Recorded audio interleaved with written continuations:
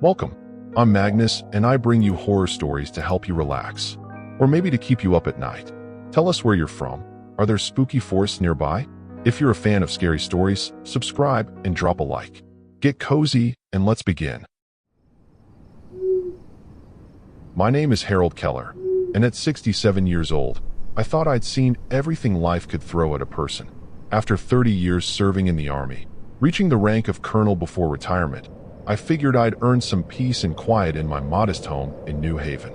The military had been my life, my identity, but civilian life had proven to be a harder adjustment than I'd anticipated. The silence of my empty house was deafening compared to the structured chaos I'd grown accustomed to. That's why I decided to dust off my old camping gear from the garage. Back in my younger days, before deployments took over my life, I used to find solace in the wilderness. There was something about being alone with nature that centered me, made the noise in my head quiet down. My therapist at the VA had suggested reconnecting with old hobbies, and camping seemed like the perfect escape from the crushing loneliness of retirement. I chose Patchogue State Forest in eastern Connecticut, about an hour's drive from my place. It wasn't the most remote location, but it had enough isolated spots to give me the solitude I craved. The weather forecast promised clear skies and mild temperatures, perfect camping conditions for early autumn. I packed my old Jeep Cherokee with everything I'd need: my weathered two-person tent, sleeping bag rated for cold weather, a week's worth of supplies, and my trusty hunting knife that had accompanied me through 3 tours. The drive to Patchogue was therapeutic in itself. As the urban sprawl of New Haven faded in my rearview mirror, replaced by increasingly dense forests and winding roads, I felt a weight lifting from my shoulders. The forest was ablaze with fall colors, vivid oranges, fiery reds, and golden yellows painting the landscape in a breathtaking display. For the first time in months, I caught myself smiling. This was exactly what I needed. I arrived at the ranger station around mid-afternoon to check in and get my camping permit. The small wooden building looked like something from another era, with its faded green paint and hand-carved sign.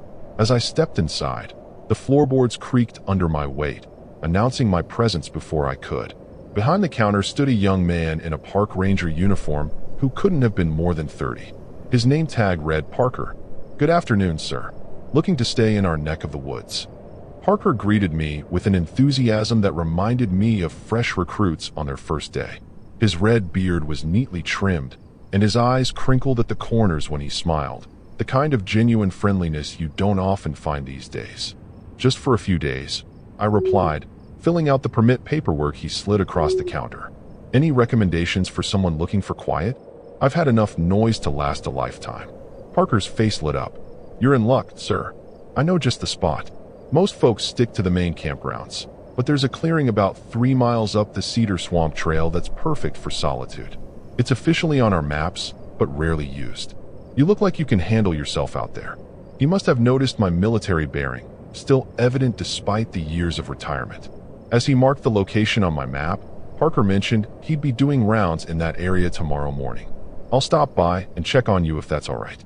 We've had some unusual animal activity lately, and I like to keep tabs on the solo campers." Something in his tone made me pause, but I brushed it off as standard ranger concern. If only I'd pressed him for details about that unusual animal activity. Maybe things would have turned out differently. Maybe we both wouldn't have ended up fighting for our lives in the darkness of those ancient woods. But hindsight, as they say, is 20/20, and there was nothing clear-sighted about the horror waiting for us in Patchogue State Forest. I followed Parker's directions, taking the Jeep as far as the service road would allow before hiking the remaining distance to the secluded clearing. The spot was perfect, a small meadow surrounded by towering oaks and maples, with enough flat ground for my tent and a natural stone fire ring that previous campers had constructed. By the time I finished setting up camp, the sun was beginning its descent behind the tree line, casting long shadows across my temporary home. That first night passed uneventfully. I built a modest fire, heated some canned stew, and sat listening to the symphony of the forest, crickets chirping, the occasional hoot of an owl, the rustling of leaves in the gentle breeze. The military had taught me to appreciate these rare moments of tranquility. I turned in early, exhausted from the day's activities, yet feeling more at peace than I had in months. I awoke at dawn, military habits die hard. The morning air was crisp with the promise of autumn, and a light mist clung to the ground, giving the forest an ethereal quality. After a quick breakfast of instant coffee and oatmeal, I decided to explore the surrounding area. The Cedar Swamp Trail branched off in several directions from my campsite, and I chose a path that seemed to lead deeper into the forest. I marked my route carefully, old habits again, using a small GPS device and traditional trail markers. Around mid-morning, I encountered the first unsettling sign. About a mile from my camp, I came across a massive tree with deep gouges torn into its bark. These weren't the typical marks of a bear sharpening its claws. They were too wide, too deep, and at a height that would make the animal impossibly large. A chill ran down my spine despite the warming day. My military training kicked in, and I found myself cataloging details automatically. The freshness of the marks, their pattern, their height from the ground. I debated whether to return to camp immediately or continue my exploration. Curiosity won out, though I kept my hunting knife more readily accessible. As I ventured further, I noticed other disturbing signs. A deer carcass torn apart with surgical precision rather than the messy feeding of normal predators. Unusually large paw prints in muddy patches that couldn't belong to any bear I'd ever encountered, and an eerie silence that periodically fell over sections of the forest as if all wildlife was holding its breath. By early afternoon, I'd made a wide loop and was heading back toward my campsite when I heard the familiar rumble of a vehicle in the distance. Checking my watch, I remembered Parker mentioning he'd stopped by. I quickened my pace, eager to ask about the strange markings I'd found. There was a growing uneasiness in my gut, that same feeling I'd experienced in war zones when something wasn't right. Military men learn to trust that instinct. It's what keeps you alive. I arrived back at the clearing to find Parker's Forest Service truck parked at the edge of the campsite. He was standing by my tent, looking thoughtfully at the surrounding tree line. When he saw me emerge from the trail, relief washed over his face. "There you are, Mr. Keller." I was beginning to think I might need to organize a search party. His attempt at humor didn't reach his eyes, which kept darting to the dense forest around us. "Found some interesting marks out there," I said without preamble, pulling out my phone to show him photos I'd taken of the gouged tree and the strange tracks. The color drained from Parker's face as he examined the images. His reaction confirmed my suspicions. Something was very wrong in Patchogue State Forest. "We need to talk," Parker said gravely, gesturing for me to take a seat by the cold fire ring. "There's something in these woods that shouldn't be here. Something big." As he began to explain, a thunderous roar erupted from the trees behind us, a sound so primal and terrifying that it seemed to vibrate through my bones. Parker froze mid-sentence, his eyes widening with horror as they fixed on something over my shoulder. I turned slowly, and what I saw emerging from the shadows of the ancient forest made my blood run cold. What emerged from the tree line was a bear of impossible proportions. Standing on its hind legs, it must have been nearly 9 feet tall, with a massive head and shoulders that seemed too large even for its enormous frame. But it wasn't just the size that made my heart hammer against my ribs, it was the eyes. They weren't the small, dark eyes of a normal black bear. They were larger, almost yellowish, and held an intelligence that sent ice through my veins. This wasn't just an animal, it was something else entirely. Parker fumbled for his sidearm, a standard-issue pistol that suddenly looked pathetically inadequate. "Mr. Keller," he whispered hoarsely, "back away slowly toward my truck. Don't run." His voice trembled, but held the authority of someone trained for wildlife encounters. I began to edge backward, every muscle in my body tense and ready to spring. The creature dropped to all fours and let out another deafening roar that seemed to shake the very ground beneath our feet. Birds exploded from the surrounding trees in panicked flight. Then, with a speed that defied its massive bulk, it charged directly at Parker. The young ranger managed to fire off 2 rounds before the beast was on him. The shots echoed through the forest, but they might as well have been bee stings for all the effect they had. I watched in horror as Parker was swatted like a rag doll, his body flying several feet before crumpling against the base of an oak tree. The creature was on him in an instant, its enormous claws tearing into his uniform. Parker's screams pierced the air, primal sounds of agony that triggered something deep in my military-trained brain. Without conscious thought, I found myself sprinting toward my Jeep, not for escape, but for the one thing that might give us a fighting chance. In the back of my vehicle was a lockbox containing my personal sidearm, a .44 Magnum that I'd brought along out of habit more than necessity. My hands shook as I punched in the combination, every second punctuated by Parker's diminishing cries. The weight of the revolver in my hand was familiar, comforting even, as I chambered rounds with practiced efficiency. I knew this might not be enough, but I'd be damned if I was going to stand by and watch the young man die. I rounded the Jeep to see the bear, if that's what it truly was, hunched over Parker's now still form. Blood darkened the creature's muzzle as it raised its head to look at me, those unnatural eyes reflecting a cruel intelligence. For a moment, we stared at each other across the clearing, predator and prey sizing each other up. Then I raised the Magnum and fired, the powerful recoil familiar in my steady grip. The bullet struck true, hitting the creature in the shoulder. It reared back with a roar of pain and fury, giving me just enough time to assess Parker's condition. One glance told me everything.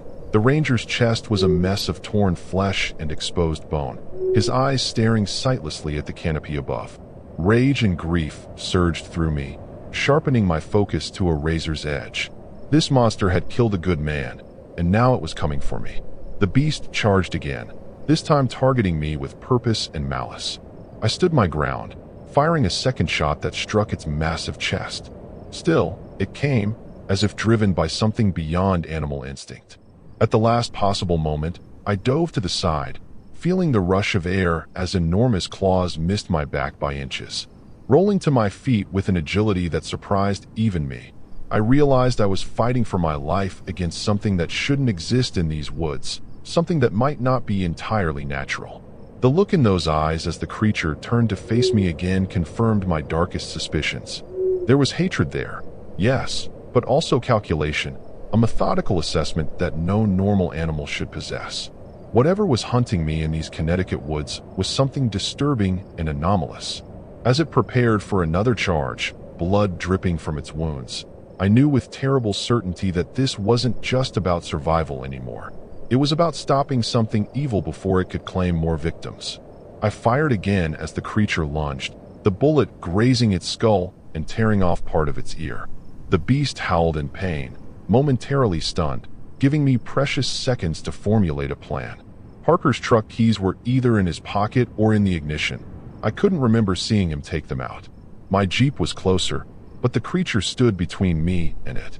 Making a split-second decision, I bolted toward Parker's body, saying a silent prayer that the keys would be accessible. The creature recovered faster than I anticipated, cutting off my path with frightening intelligence. I skidded to a halt, nearly losing my balance on the forest floor covered with slick autumn leaves. 3 shots left in the Magnum. I needed to make them count. Backing away, I circled toward my tent where I'd left my hunting knife. Not much against this monster, but better than bare hands if it came to that. Time slowed as the creature stalked me, moving with unnatural patience now, as if it understood the deadly game we were playing. Blood matted its dark fur where my bullets had found their mark, but the wounds didn't seem to be slowing it down. If anything, they'd made it more cautious, more calculating. I reached my tent and grabbed the knife with my free hand, never taking my eyes off the predator that watched my every move. "Come on then," I growled, the familiar calm of combat settling over me like an old friend.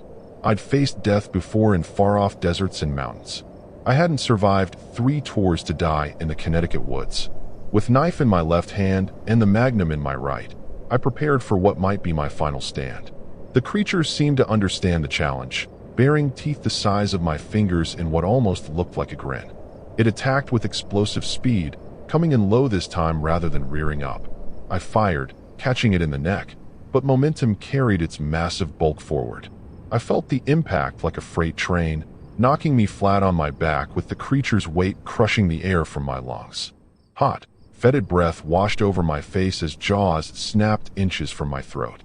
Only the hunting knife, wedged against its chest, kept those teeth from tearing out my jugular. With desperate strength born of terror, I managed to bring the Magnum up beneath the creature's jaw and pull the trigger. The deafening report was followed by a howl of agony as the bullet tore through the underside of the beast's mouth and into its skull.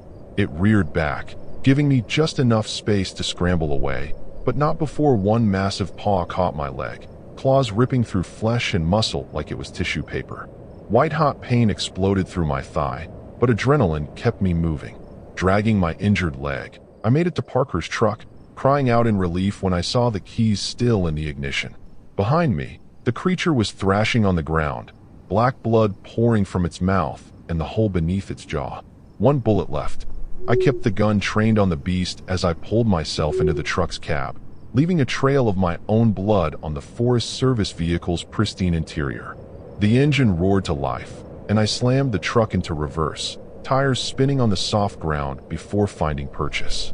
In the rearview mirror, I saw the creature stagger to its feet, shaking its massive head as if to clear it. One eye was destroyed from my last shot, but the other fixed on the retreating truck with undisguised malevolence. Even grievously wounded, it began to pursue, moving with shocking speed for something so large and badly hurt. I hit the service road and shifted to drive, flooring the accelerator. Pain throbbed through my mangled leg, blood soaking through my torn pants and pooling on the floorboard. Through the side mirror, I caught one last glimpse of the monster emerging from the tree line, watching the truck with its remaining eye. Then I rounded a bend, and the creature disappeared from view. But the image of those intelligent, hateful eyes stayed with me, along with the horrifying knowledge that Parker was dead and I was severely wounded, miles from help in a forest that harbored something nightmare real. The adrenaline began to fade as I navigated the winding service road, making the pain in my leg nearly unbearable. Black spots danced at the edges of my vision. Blood loss was becoming critical. I needed to stop the bleeding, but I couldn't risk stopping, not while that thing might still be pursuing me. I fumbled one-handed in the glove compartment, hoping for a first aid kit, finding instead a roll of duct tape and an old t-shirt with the Forestry Service logo. It would have to do. At a relatively straight stretch of road, I managed to fashion a crude tourniquet, wrapping the shirt around my thigh and securing it with the duct tape, pulling it tight enough to slow the bleeding.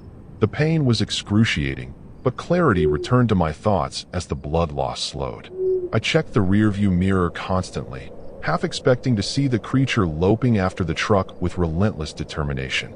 I finally reached the main ranger station, skidding to a halt in the gravel parking area. Two young hikers stood outside, their expressions shifting from surprise to horror as I stumbled from the blood-soaked truck cab. "Call 911. I managed to gasp before collapsing onto the rough gravel. Their frightened faces swam above me as consciousness began to slip away.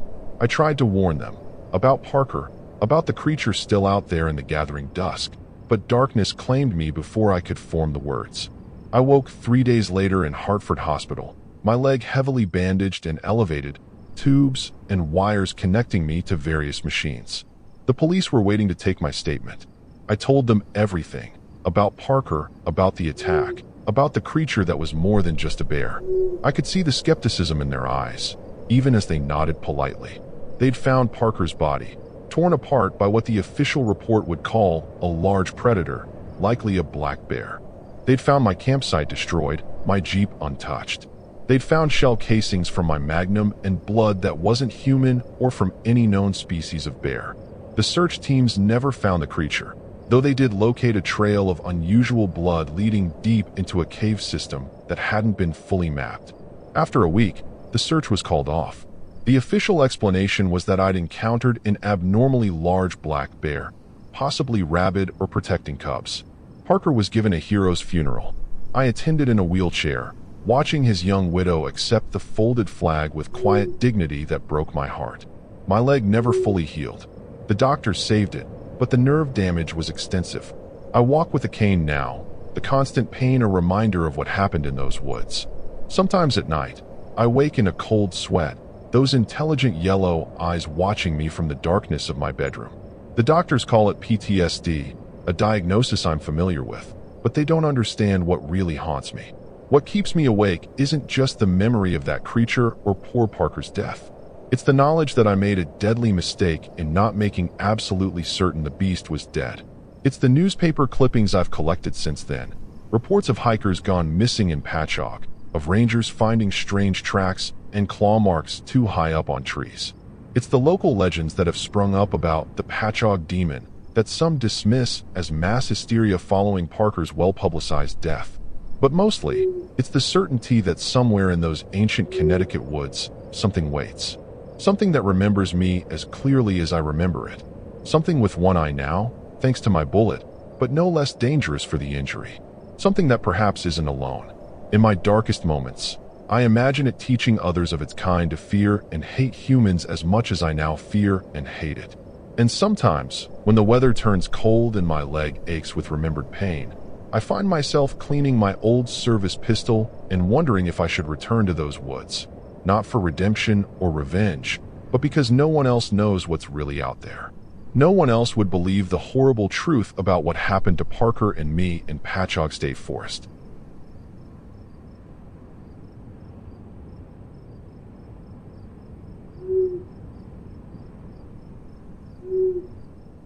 I'm Daniel Carter, Daniel James Carter if we're being formal, and I've got 32 years old under my belt.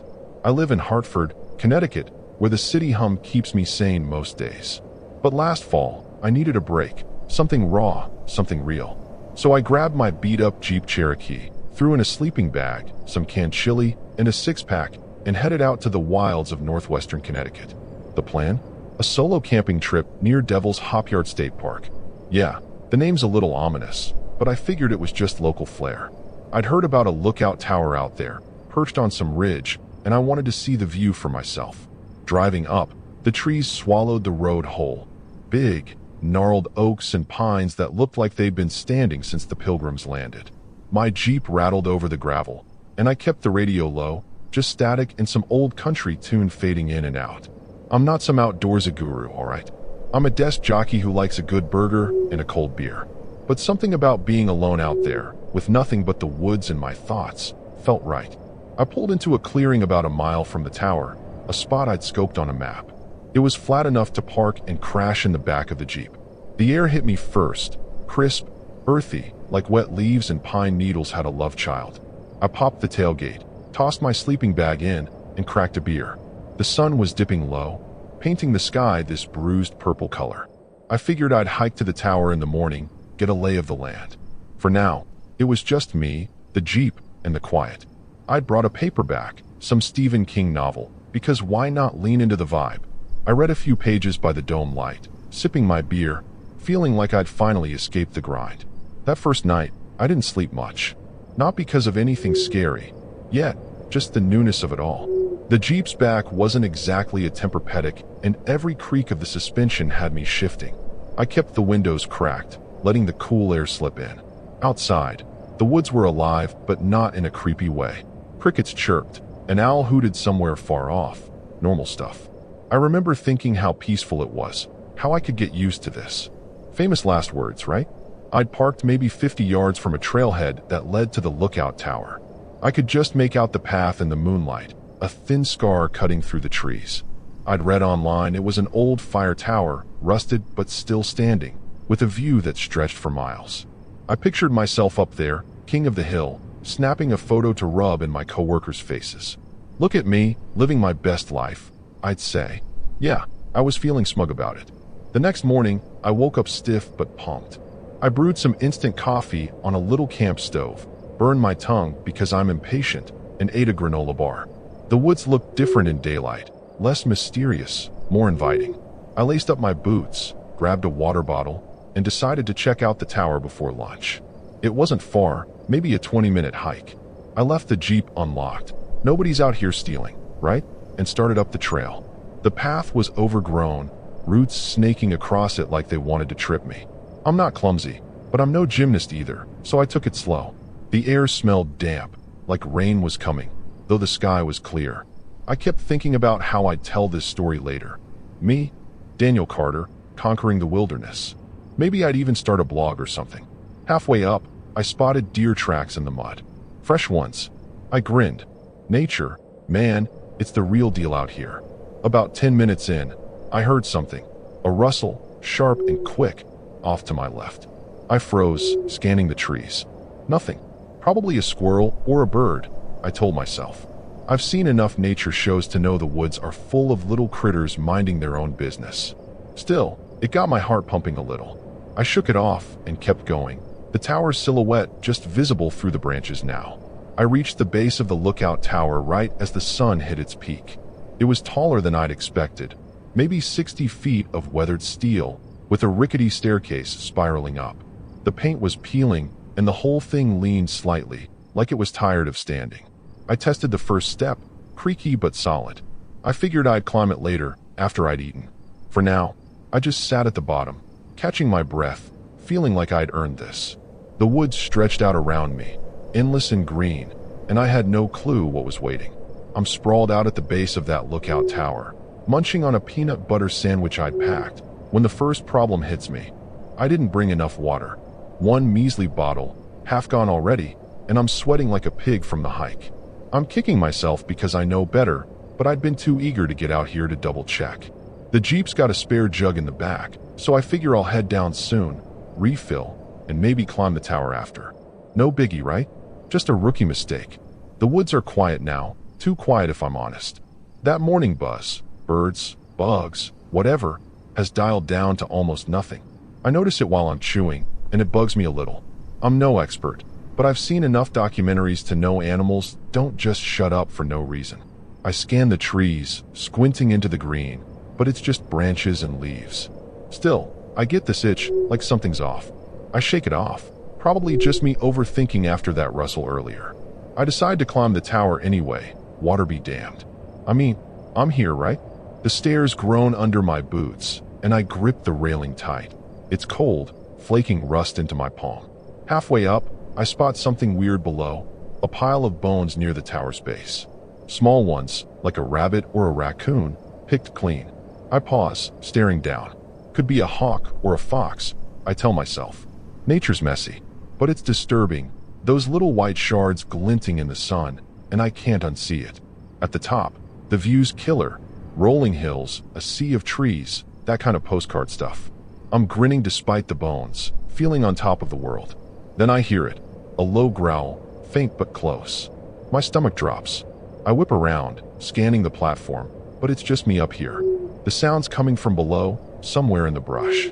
I lean over the edge, and that's when I see it, a flash of fur, big and gray, darting between the trees. Too big for a fox. A wolf? In Connecticut? I'm no zoologist, but that's horror movie territory. I'm frozen for a sec, heart thumping, trying to decide if I imagined it. I've got my phone out, but there's no signal up here. Shocker.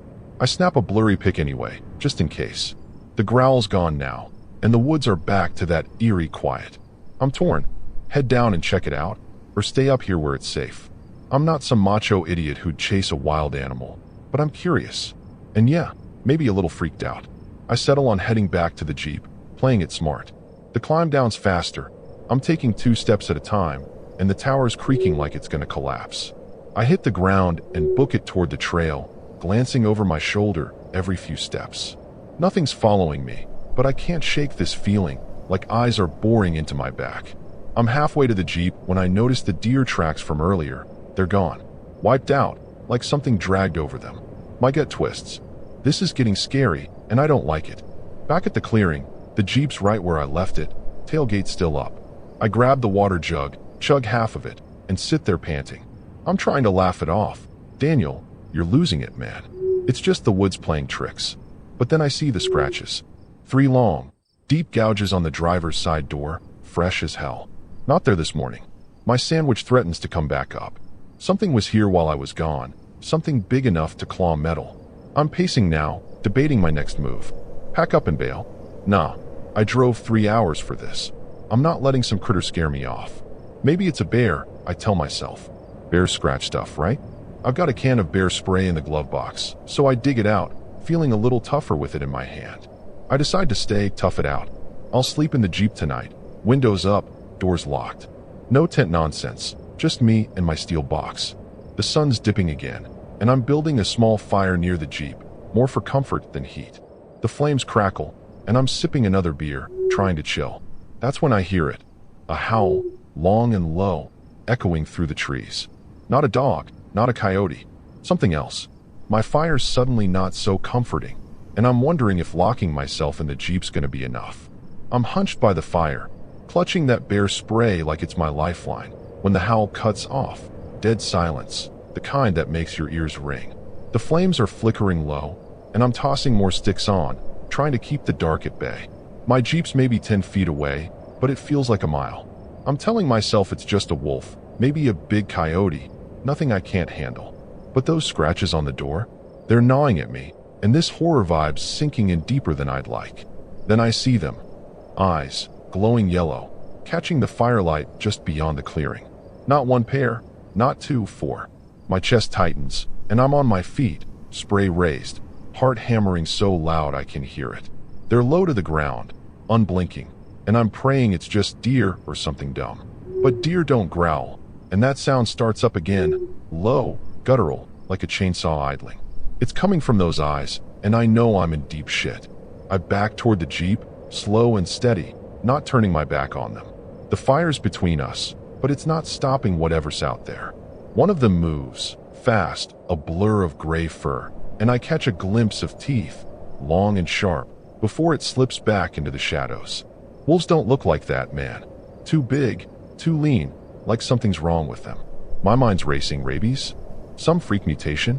I don't know, but it's disturbing as hell. I'm almost to the Jeep when the first one steps into the light.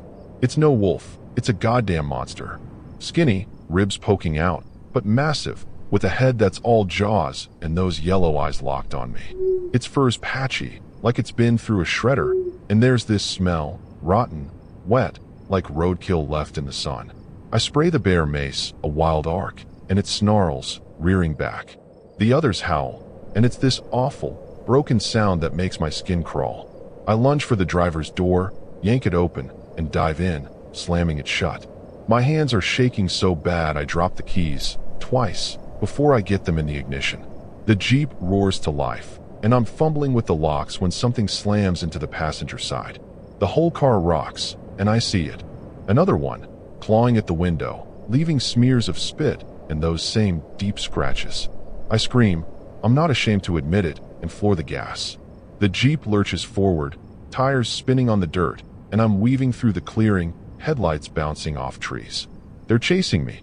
I see them in the rear view, 3, maybe 4, bounding after the car. They're fast, too fast, and I'm swerving like a maniac, trying to shake them. One leaps, lands on the hood with a thud, and I'm staring into its face.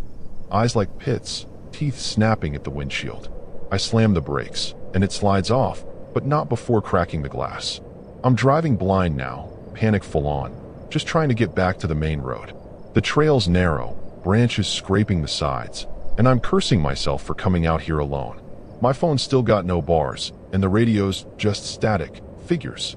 I hit a bump, hard, and the Jeep fishtails, but I keep it together. Those things are still out there. I hear them crashing through the brush, keeping pace. This isn't normal, man. This is scary beyond anything I've ever seen.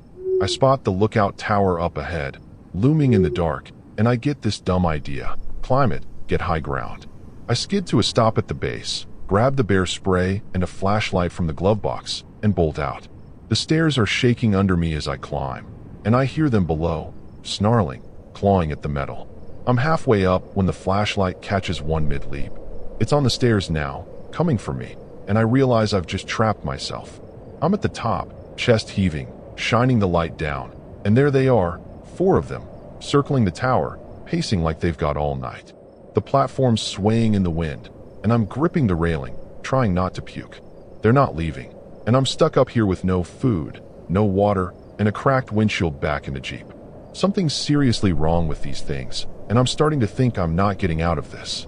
I'm clinging to the lookout tower's railing, wind whipping my face, while those freakish things pace below. My flashlight's beam dances over them, gaunt, mangy, with jaws that don't fit right, and I'm fighting the urge to just jump and end it. The bear spray's still in my hand, but it's useless up here. I'm kicking myself for not staying in the Jeep. Stupid. Daniel, real stupid. The platform creaks, and I'm praying it holds, because falling into those teeth isn't how I want to go. One of them starts climbing, claws scraping metal, slow but steady, and my heart's in my throat. I stomp on the stairs, yelling like a lunatic, and it slips, crashing back down with a yelp. The others snarl, louder now, and I'm scanning the horizon. The Jeep's maybe 30 yards away, headlights still on, engine running. If I can get down, I've got a shot. But it's a horror show down there. 4 against 1, and I'm no action hero. I wait, counting their circles, trying to time it. They're not smart, just hungry, and that's my edge. The second they drift toward the far side of the tower, I bolt. Down the stairs, 2 at a time, legs burning. I hit the ground running, and they're on me fast, snapping, lunging, close enough I feel their breath. I spray the mace wild, hit one in the face, and it howls, buying me seconds. I'm at the Jeep, diving in, slamming the door as claws rake the side. The engine's roaring, and I peel out, tires kicking dirt. One leaps, smashes into the windshield again, cracks spiderweb across it, and I swerve, shaking it off. I'm flooring it down the trail, branches snapping against the roof, and they're still chasing, shadows in the rear view. My hands are slick on the wheel, and I'm muttering prayers I haven't said since Sunday school. The road's got to be close. I just need to hit pavement, and I'm gone. They're falling back now, but I don't slow down. The Jeep's rattling like it's going to fall apart, and I'm dodging roots and rocks, barely keeping it together. I see the highway ahead, thank God, and gun it, fishtailing onto asphalt. The howls fade, and I'm laughing, crying, a total mess. I don't stop till I'm miles away, pulling into a gas station lot, shaking so bad I can't unbuckle my seatbelt. I sit there, engine ticking, staring at the busted windshield. My phone's got 1 bar, enough to call my buddy Jake in Hartford. Man, you won't believe this. I start, voice cracking, and I spill it all. He thinks I'm drunk or high, but I'm dead sober and scared shitless. The clerk inside's eyeing me, probably wondering why I look like I've seen a ghost. I grab a coffee, burn my tongue again, and try to calm down. The drive home's a blur. Every rustle in the trees has me jumping, every shadow's a monster. I keep the radio off, just listening to the hum of the road, trying to convince myself it's over. I'm back in Hartford by dawn, Jeep parked crooked in my driveway. I crash on the couch, still in my boots, thinking I've made it. Those things are back in Connecticut, not here. I'm safe, right? I wake up to scratches on the front door, faint, but there. My blood runs cold. I grab a kitchen knife, peek out, and see nothing. Just the marks, fresh and deep. My phone's buzzing. Jake, checking in, but I can't answer. I'm staring at the woods across the street, wondering if they followed me. This isn't over, and I'm losing it, man. I lock every door, every window, and sit there, knife in hand, waiting for night. The city's alive outside. Cars, voices, but it's not comforting anymore. I keep replaying it. The tower, the chase, those eyes. I'm alive, but it doesn't feel like a win. Something's still out there, and I've got this sinking feeling it knows where I am. Night falls, and I'm still on the couch, knife gripped tight, eyes glued to the windows. The scratches on the door are mocking me, 3 long gashes, just like the Jeep. I'm telling myself it's kids, a prank, anything but them. But deep down I know. I messed up. Man, I thought I could outrun this. Thought distance would save me. Hartford's no fortress, and those things, they're not normal animals. I hear it then, a growl, low and close, right outside. My stomach drops, and I'm up, peering through the blinds. The street's empty, but the woods across the way are dark, too dark. Something moves, a shape, big and wrong, slipping between the trees. I'm frozen, breath fogging the glass, and then the power cuts. Lights out, TV dead, just me and the dark. This is horror on a level I can't handle. I stumble to the kitchen, grab my phone. Battery's low, but I dial 911. Something's here, I whisper, voice shaking, but the line's static, then drops. I'm cursing, fumbling for the Jeep keys, thinking I'll drive to the cops myself.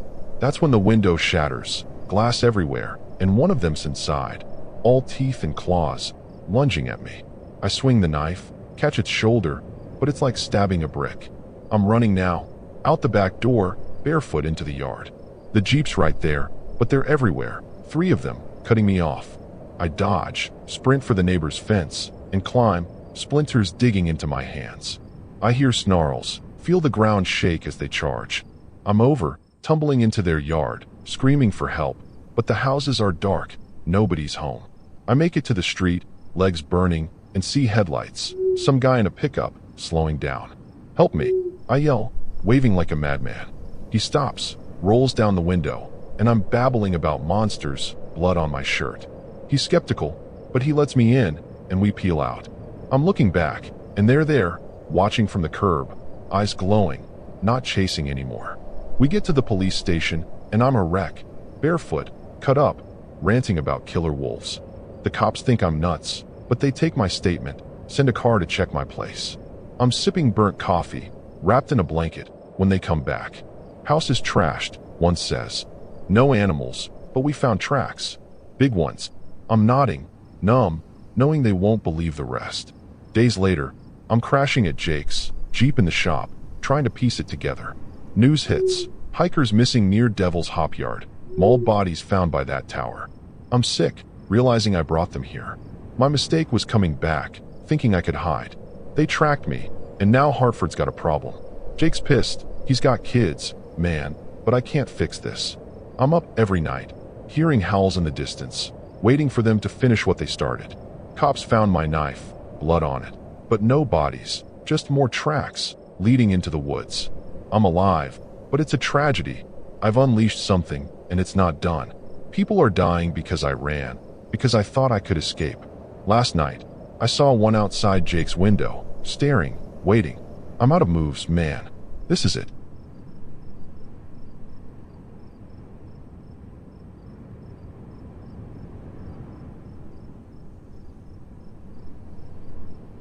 My name is Mason Caldwell. I'm 34 years old and I live in Boston, working as a wildlife photographer for a nature magazine. The stress of city life had been crushing me lately, so when my old college buddy Derek suggested we take a camping trip to Patchogue State Forest in Connecticut, I jumped at the chance.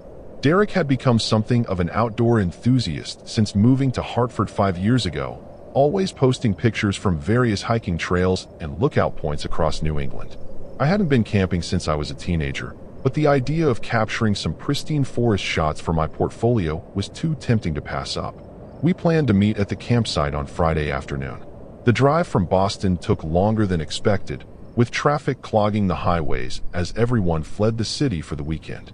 By the time I arrived, the sun was already dipping below the tree line, casting long shadows across the forest floor.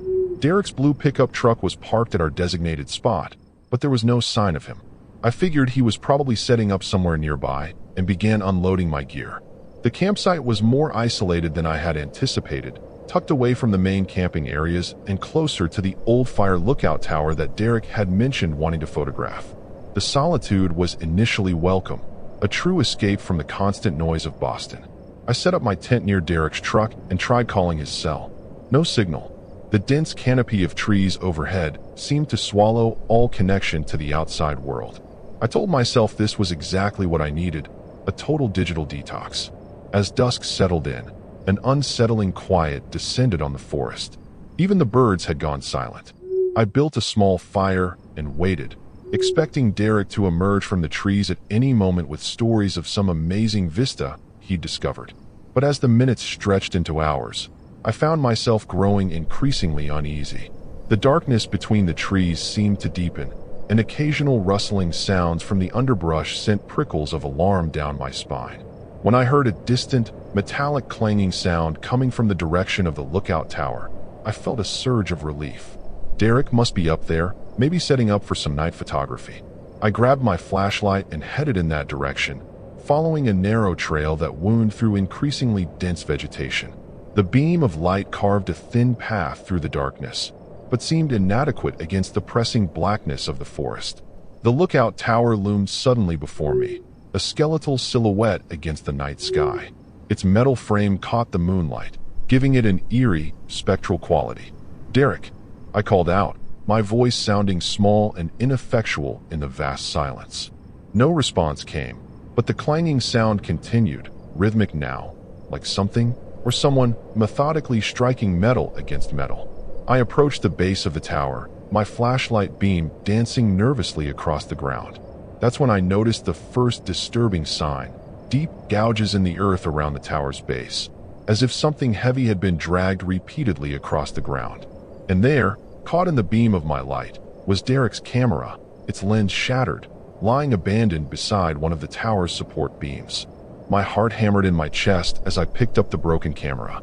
The display screen was cracked but still functioning, showing the last image Derek had captured, a blurry photo of what appeared to be a massive, hunched shape moving between the trees. I zoomed in, trying to make sense of the distorted image, when a blood-curdling howl tore through the night, so close it seemed to vibrate the air around me. I froze in terror, my flashlight beam shakily illuminating the first several rungs of the tower ladder. And there, clearly visible against the metal, were smears of what could only be blood, still wet enough to glisten in the artificial light. Another howl echoed through the forest, answered by several others in a chilling chorus that seemed to surround the tower from all sides. Whatever was out there, it wasn't alone. I retreated from the tower in a panic, nearly tripping over exposed roots as I sprinted back toward our campsite. The howls continued, seeming to follow me through the darkness. Once I reached the clearing, I dove into my tent, zipping it closed as if the thin fabric could offer any real protection. My hands shook as I tried Derek's phone again, still no signal. Whatever had happened to my friend, I was now alone in dealing with it. Sleep was impossible that night. Every snapping twig or rustling leaf sent my heart racing. I kept the flashlight on until its batteries began to dim, casting weak, jittery shadows across the tent walls. Sometime around dawn, exhaustion finally pulled me under into a fitful sleep filled with nightmares of being hunted through endless woods. I woke to bright sunlight filtering through the tent fabric and the disorienting sensation that comes from too little rest. For a moment, the events of the previous night seemed like a bad dream, until I remembered Derek's shattered camera and the blood on the tower ladder. I emerged cautiously from my tent, half expecting to find the campsite disturbed, but everything appeared normal. Derek's truck sat undisturbed where he had parked it. With daylight providing some courage, I decided to investigate further. I needed to find Derek or get help, and sitting around waiting wouldn't accomplish either. I approached his truck and peered through the windows. The cab was empty, but his backpack and supplies were still inside. The driver's door was unlocked, so I opened it, hoping to find his keys or perhaps a map. What I found instead was disturbing, deep scratch marks on the inside of the door, as if someone or something had desperately tried to claw their way out. I was debating whether to hike back to the main road or try the tower again when I noticed something odd about the ground surrounding our campsite. Leading away from Derek's truck were unusual tracks, too large to be human footprints, with distinct claw marks at the tips. They resembled wolf tracks, but were impossibly large, nearly the size of dinner plates. My photographer's instinct kicked in, and I snapped several pictures before following their direction. The tracks led deeper into the forest, toward a part of Patchogue I hadn't seen on any of the maps Derek had shown me. As I walked, the forest grew denser, older somehow, with massive trees that blocked out much of the sunlight. The air felt heavy and still, devoid of the usual forest sounds. No birds called, no squirrels chattered. The silence was oppressive, unnatural, as if the entire section of woods was holding its breath. After about 20 minutes of cautious hiking, I came upon a small, stagnant pond that didn't appear on any of the park maps. The water was dark and still, with an oily sheen on its surface. Around its perimeter, the vegetation appeared withered and blackened, as if something toxic had leached into the soil. But what truly made my blood run cold were the animal remains scattered around the water's edge, dozens of them, from small rodents to what looked like parts of larger deer or maybe even bear, all in various states of decay. The most disturbing aspect wasn't just the quantity of dead animals, but how they appeared to have been killed. These weren't the clean kills of natural predators. The animals looked as if they had been toyed with, torn apart for sport rather than food. Many showed signs of partial consumption, with specific organs seemingly removed with surgical precision. My stomach churned at the sight, and the professional detachment I'd maintained as a wildlife photographer crumbled in the face of such deliberate carnage. As I stood there, trying to process what I was seeing, a strange sound caught my attention, a faint, rhythmic clicking coming from the direction of the old lookout tower. It was mechanical, not animal, reminding me of the sound of an old film projector advancing frames. I was torn between investigating the tower again in daylight and getting as far away from this place as possible. But the thought of leaving without discovering what had happened to Derek was unthinkable. Whatever danger lurked in these woods had already claimed my friend. I couldn't leave him behind. The clicking sound grew louder as I approached the tower again, my feet dragging with each step forward. What I saw when I reached the clearing made me freeze in disbelief. The tower was now occupied. 3 figures moved about the platform at the top, human in shape but wrong in their movements, jerky and uncoordinated, like marionettes controlled by an unskilled puppeteer. I ducked behind a large oak tree, my heart thundering in my chest as I watched them through my camera's zoom lens. They were dressed in what appeared to be park ranger uniforms, but the fabric hung from their frames in tatters. Their skin had a grayish pallor visible even from this distance, and their movements were accompanied by that same clicking sound I'd heard before. One turned suddenly, seeming to scan the forest below, and I caught a glimpse of its face, or what should have been a face. Where eyes, nose, and mouth should have been, there was instead a grotesque arrangement of what looked like animal parts fused to human tissue, with mandibles where the jaw should be, constantly producing that horrible clicking sound. I must have made some noise, a gasp or whimper, because all 3 figures suddenly went rigid, then turned in unison toward my hiding place. The clicking stopped, replaced by a low, harmonized humming that seemed to vibrate the air around me. I watched in horror as they began to descend the tower ladder with inhuman speed, moving in perfect synchronization. There was no time to think. I turned and ran, crashing through the underbrush, branches whipping at my face and arms as I fled. Behind me, I could hear them pursuing, not running, but moving with a terrible efficiency through the forest, the humming growing louder. I burst into a small clearing and nearly collided with something hanging from a low branch. I stumbled backward, a scream strangling in my throat. It was Derek, or what remained of him, suspended upside down from a tree limb. His chest cavity had been splayed open and emptied, the skin stretched and dried like tanned leather. But the worst part was his face. It was intact, preserved, his eyes wide open and his mouth frozen in a silent scream. The sight of my friend's desecrated body shocked me into a brief paralysis, seconds that nearly cost me my life.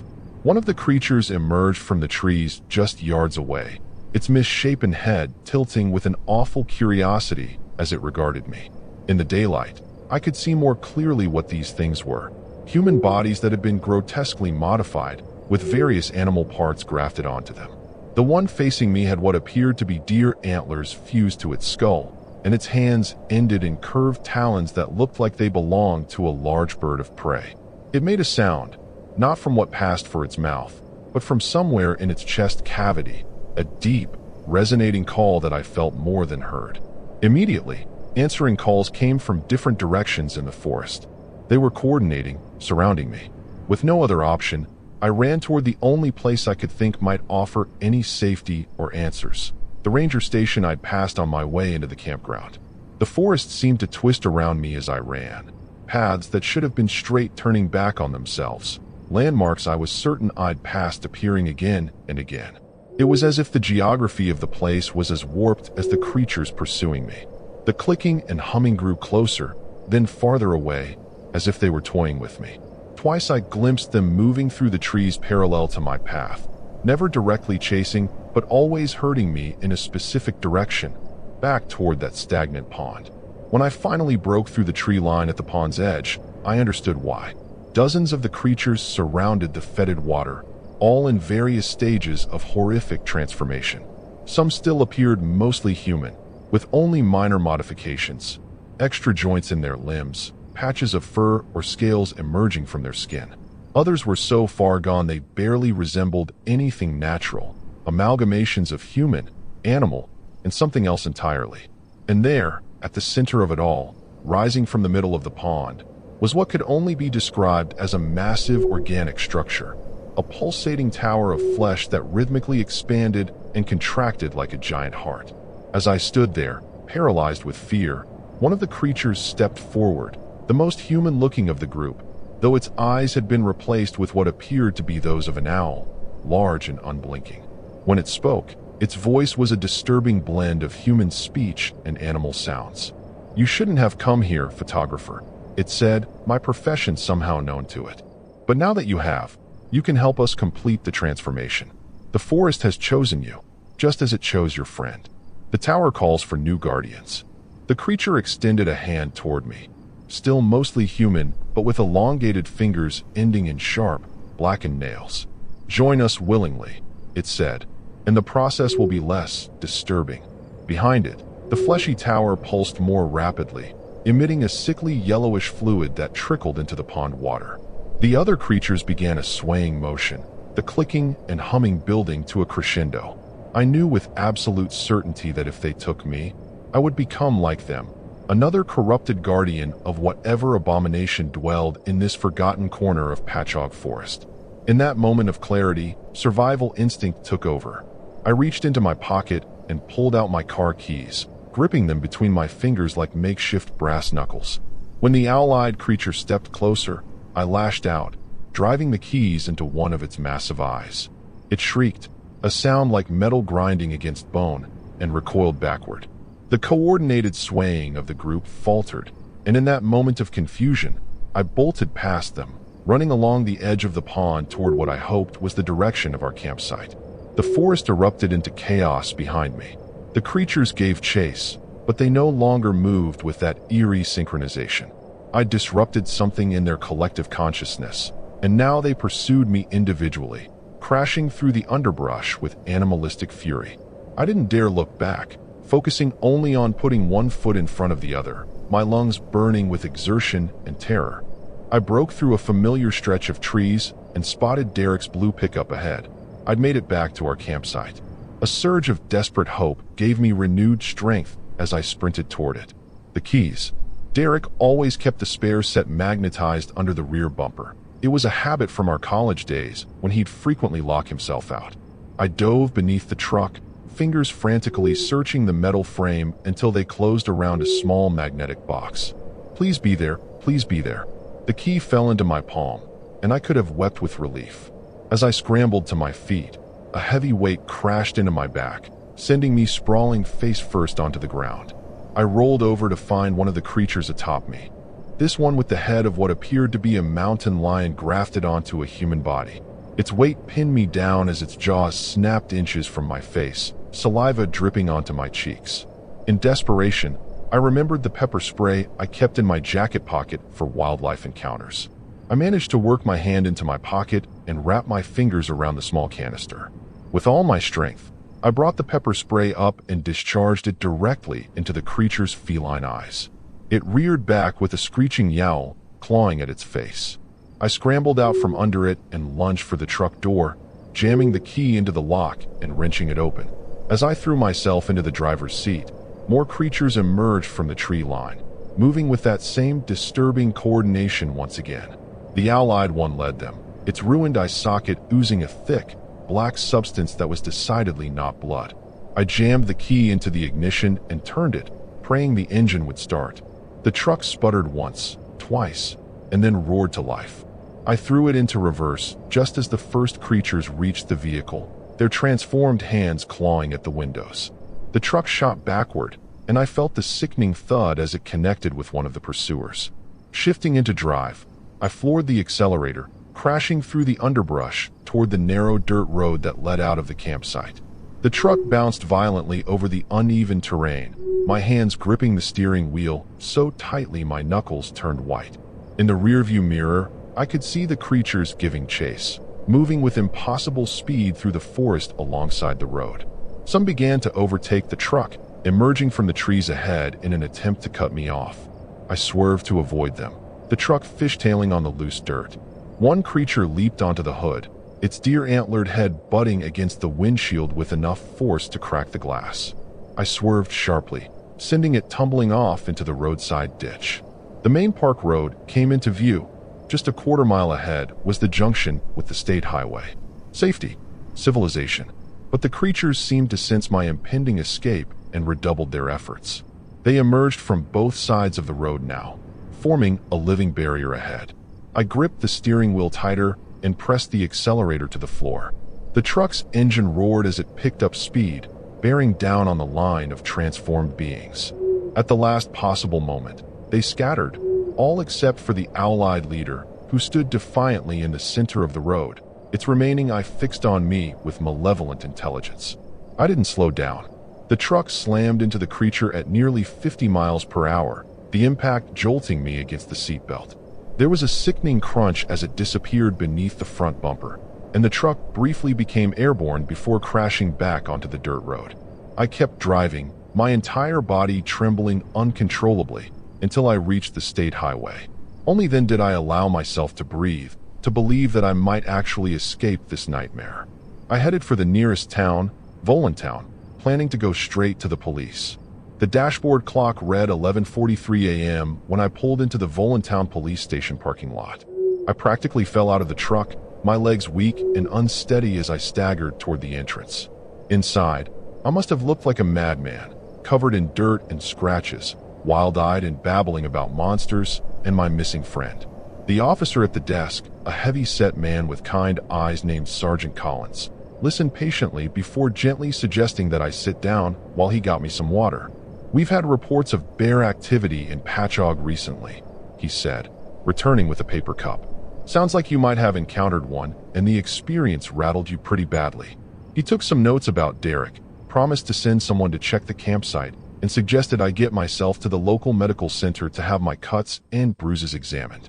"Shock can do funny things to the mind," he added sympathetically. "You're not the first camper to come in here with wild stories after a bear encounter." I knew how it all sounded, deranged, impossible, but I also knew what I'd seen.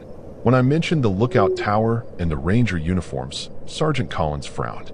"That old fire tower was condemned years ago after a structural failure killed 2 rangers," he said. "No one's supposed to be up there. I'll definitely have someone check it out." He offered to drive me to the medical center himself, and exhausted beyond argument, I accepted. The doctor who examined me was thorough, cleaning my various cuts and checking for signs of concussion. When she left the examination room to fetch some antibiotics, I noticed my jacket hanging on a hook by the door. The pocket bulged with something I didn't remember putting there. Cautiously, I reached inside and withdrew a small object wrapped in a scrap of leather. My fingers trembled as I unwrapped it, revealing a carved wooden figure, a miniature replica of the lookout tower, but with organic elements that made it appear partly alive. Carved into its base were impossible symbols that seemed to shift and change as I looked at them. My blood ran cold. One of them had slipped this into my pocket, a message or a warning. As I stared at the grotesque totem, I noticed something else. Tiny black specks appearing on my forearm where I'd been scratched during my escape. The specks were moving, spreading beneath my skin in thin, branching patterns. I recalled the owl-eyed creature's words, "The forest has chosen you." In a panic, I fled the examination room, ignoring the doctor's calls behind me. I couldn't stay here, couldn't risk whatever was happening to me spreading to others. I made it back to Derek's truck and drove, no destination in mind except away. But as the miles passed, the spreading patterns on my arm began to itch, then burn. My vision blurred, then sharpened to an impossible clarity. Sounds became more distinct. I could hear individual insects in the grass alongside the highway. And worst of all, I began to feel a pull, a compulsion to return to the forest, to the tower, to the pond. I fought it for as long as I could, driving aimlessly through Connecticut backroads as the transformation progressed. My bones ached as they began to reshape themselves, and the pain became unbearable. Eventually, I pulled over at a deserted scenic overlook, fumbling for my phone with fingers that no longer bent quite right. I needed to warn someone, anyone, about what was happening in Patchogue State Forest. But as I tried to type a message, I realized with horror that I could no longer read the symbols on the screen. English had become as indecipherable to me as the strange markings on the wooden totem. As the sun began to set, I made my final human decision. I couldn't go back to the forest, couldn't become one of those things that had taken Derek. With the last of my willpower, I steered the truck toward the guardrail overlooking a steep ravine. The clicking sound had started in my own throat now, and I could feel my face beginning to reshape itself. I pressed the accelerator to the floor and closed my eyes. The truck crashed through the guardrail with a screech of tearing metal. As it plummeted toward the rocks below, I felt a moment of perfect clarity and relief. But then, impossibly, I felt my body beginning to change even faster. Bones shifting, muscles reknitting, new instincts awakening.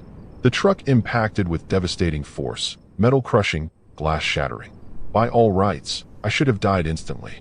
But as flames began to engulf the wreckage, something that was no longer entirely Mason Caldwell dragged itself from the twisted metal, its partially transformed body already healing, repairing, adapting.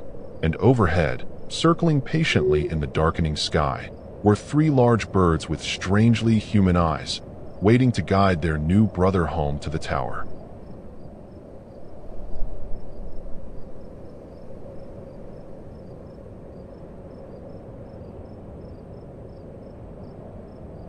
I'm Lauren Marie Evans, 28 years old, and I call New Haven, Connecticut, home. It's a decent city, artsy, busy, keeps me on my toes with my graphic design gig.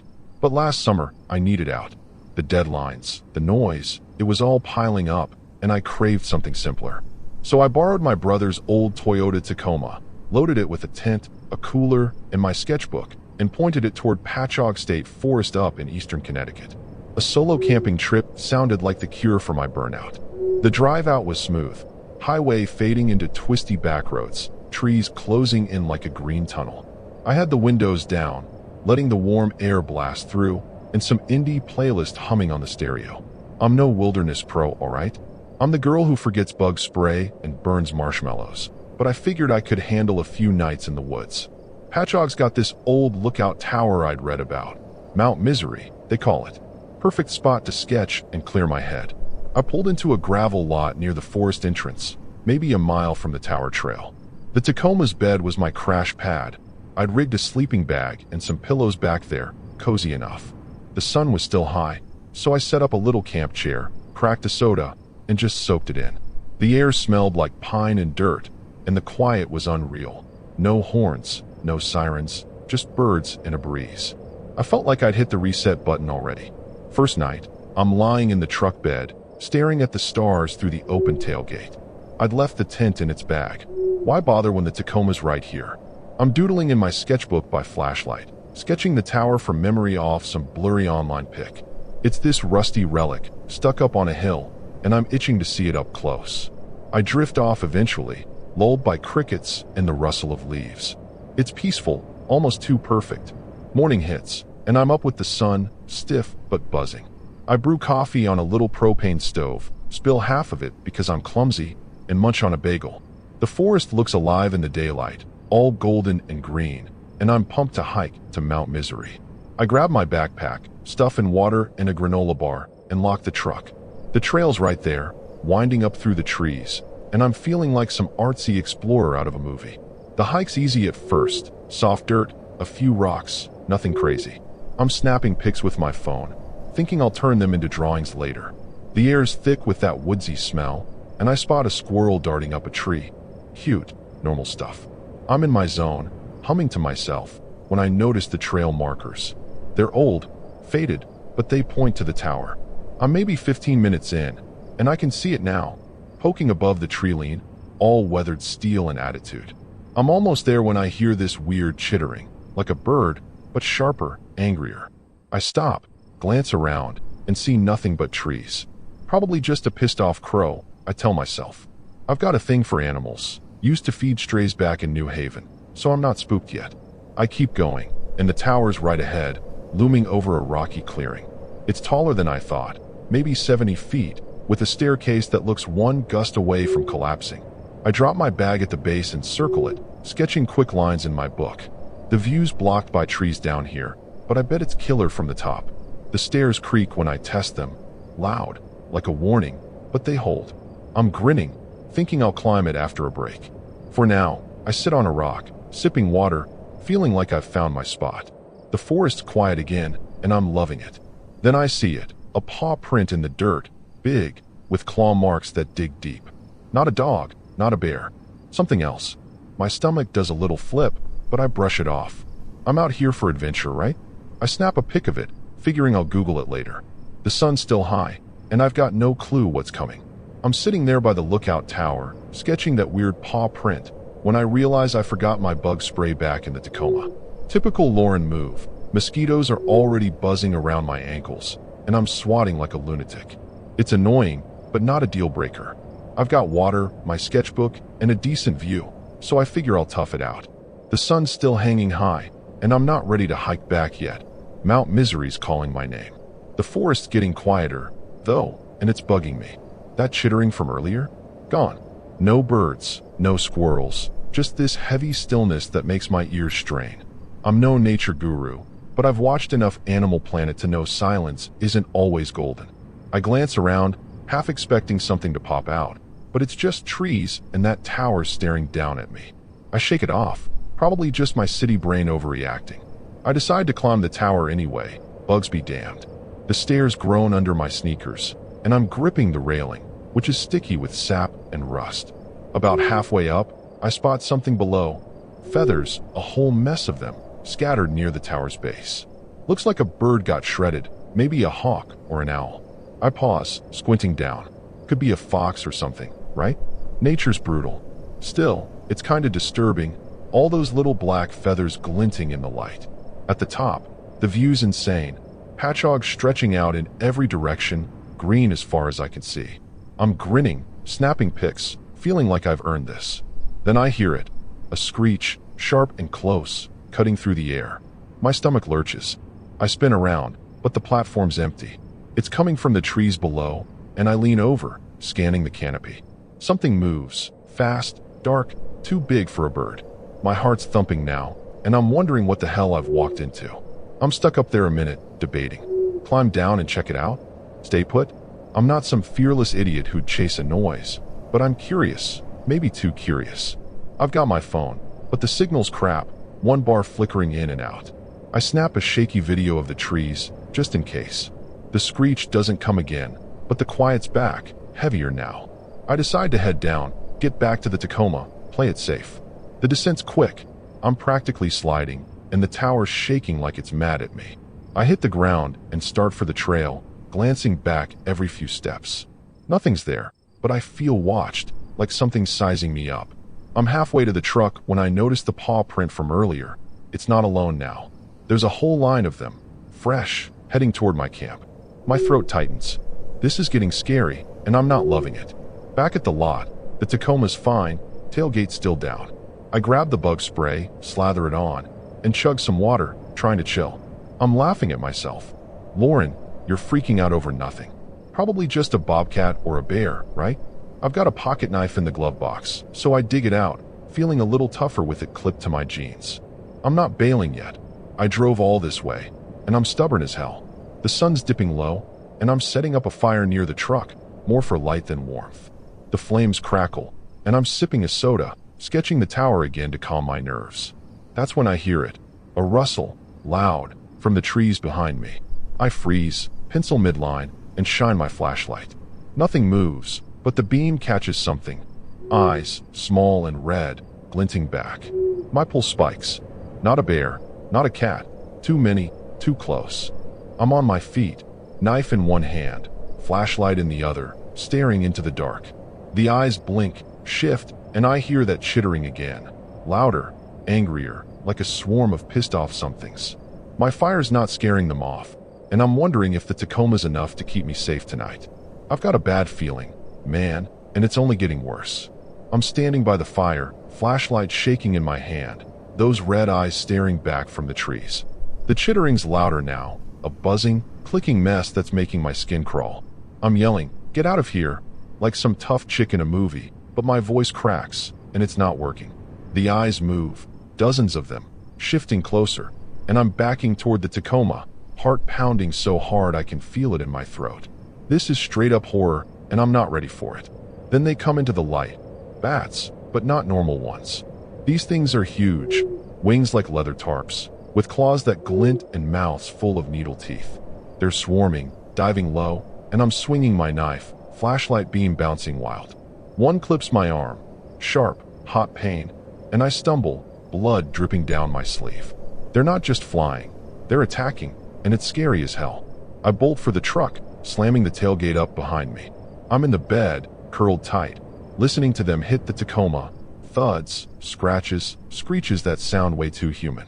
The canopy's thin, and I'm praying it holds.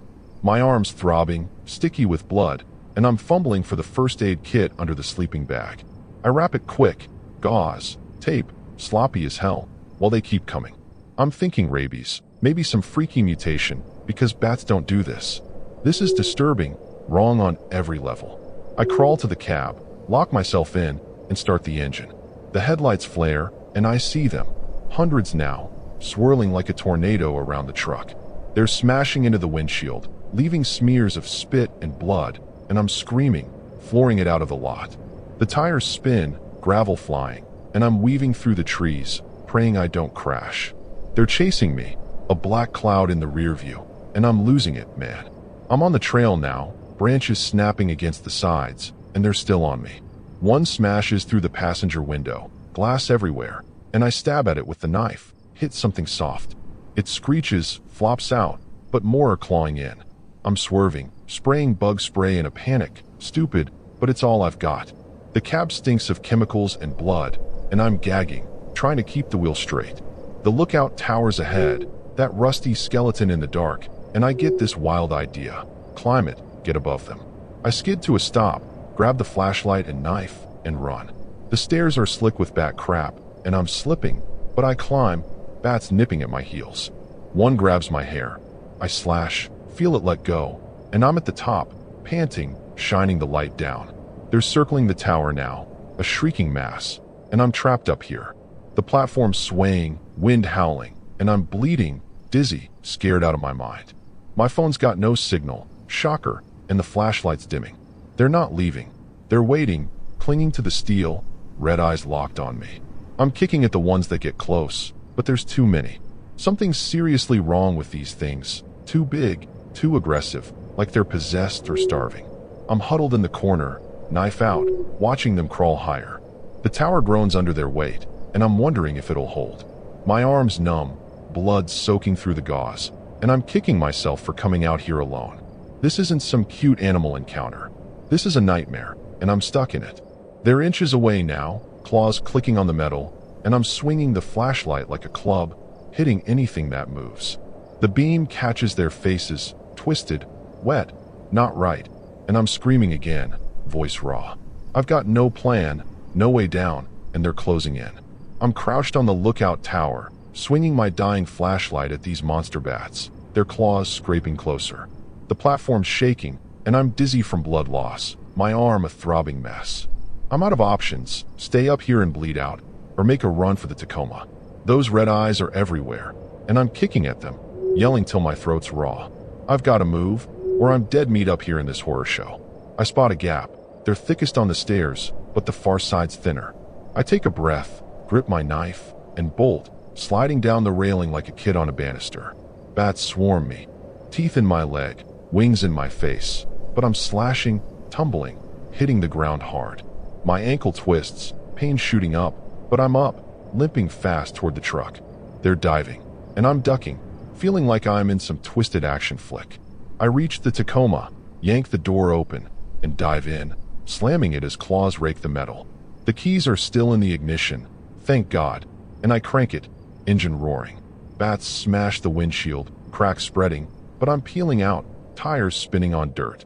They're chasing a shrieking cloud, and I'm swerving down the trail, branches snapping against the sides. My legs bleeding, soaking the seat, but I can't stop now.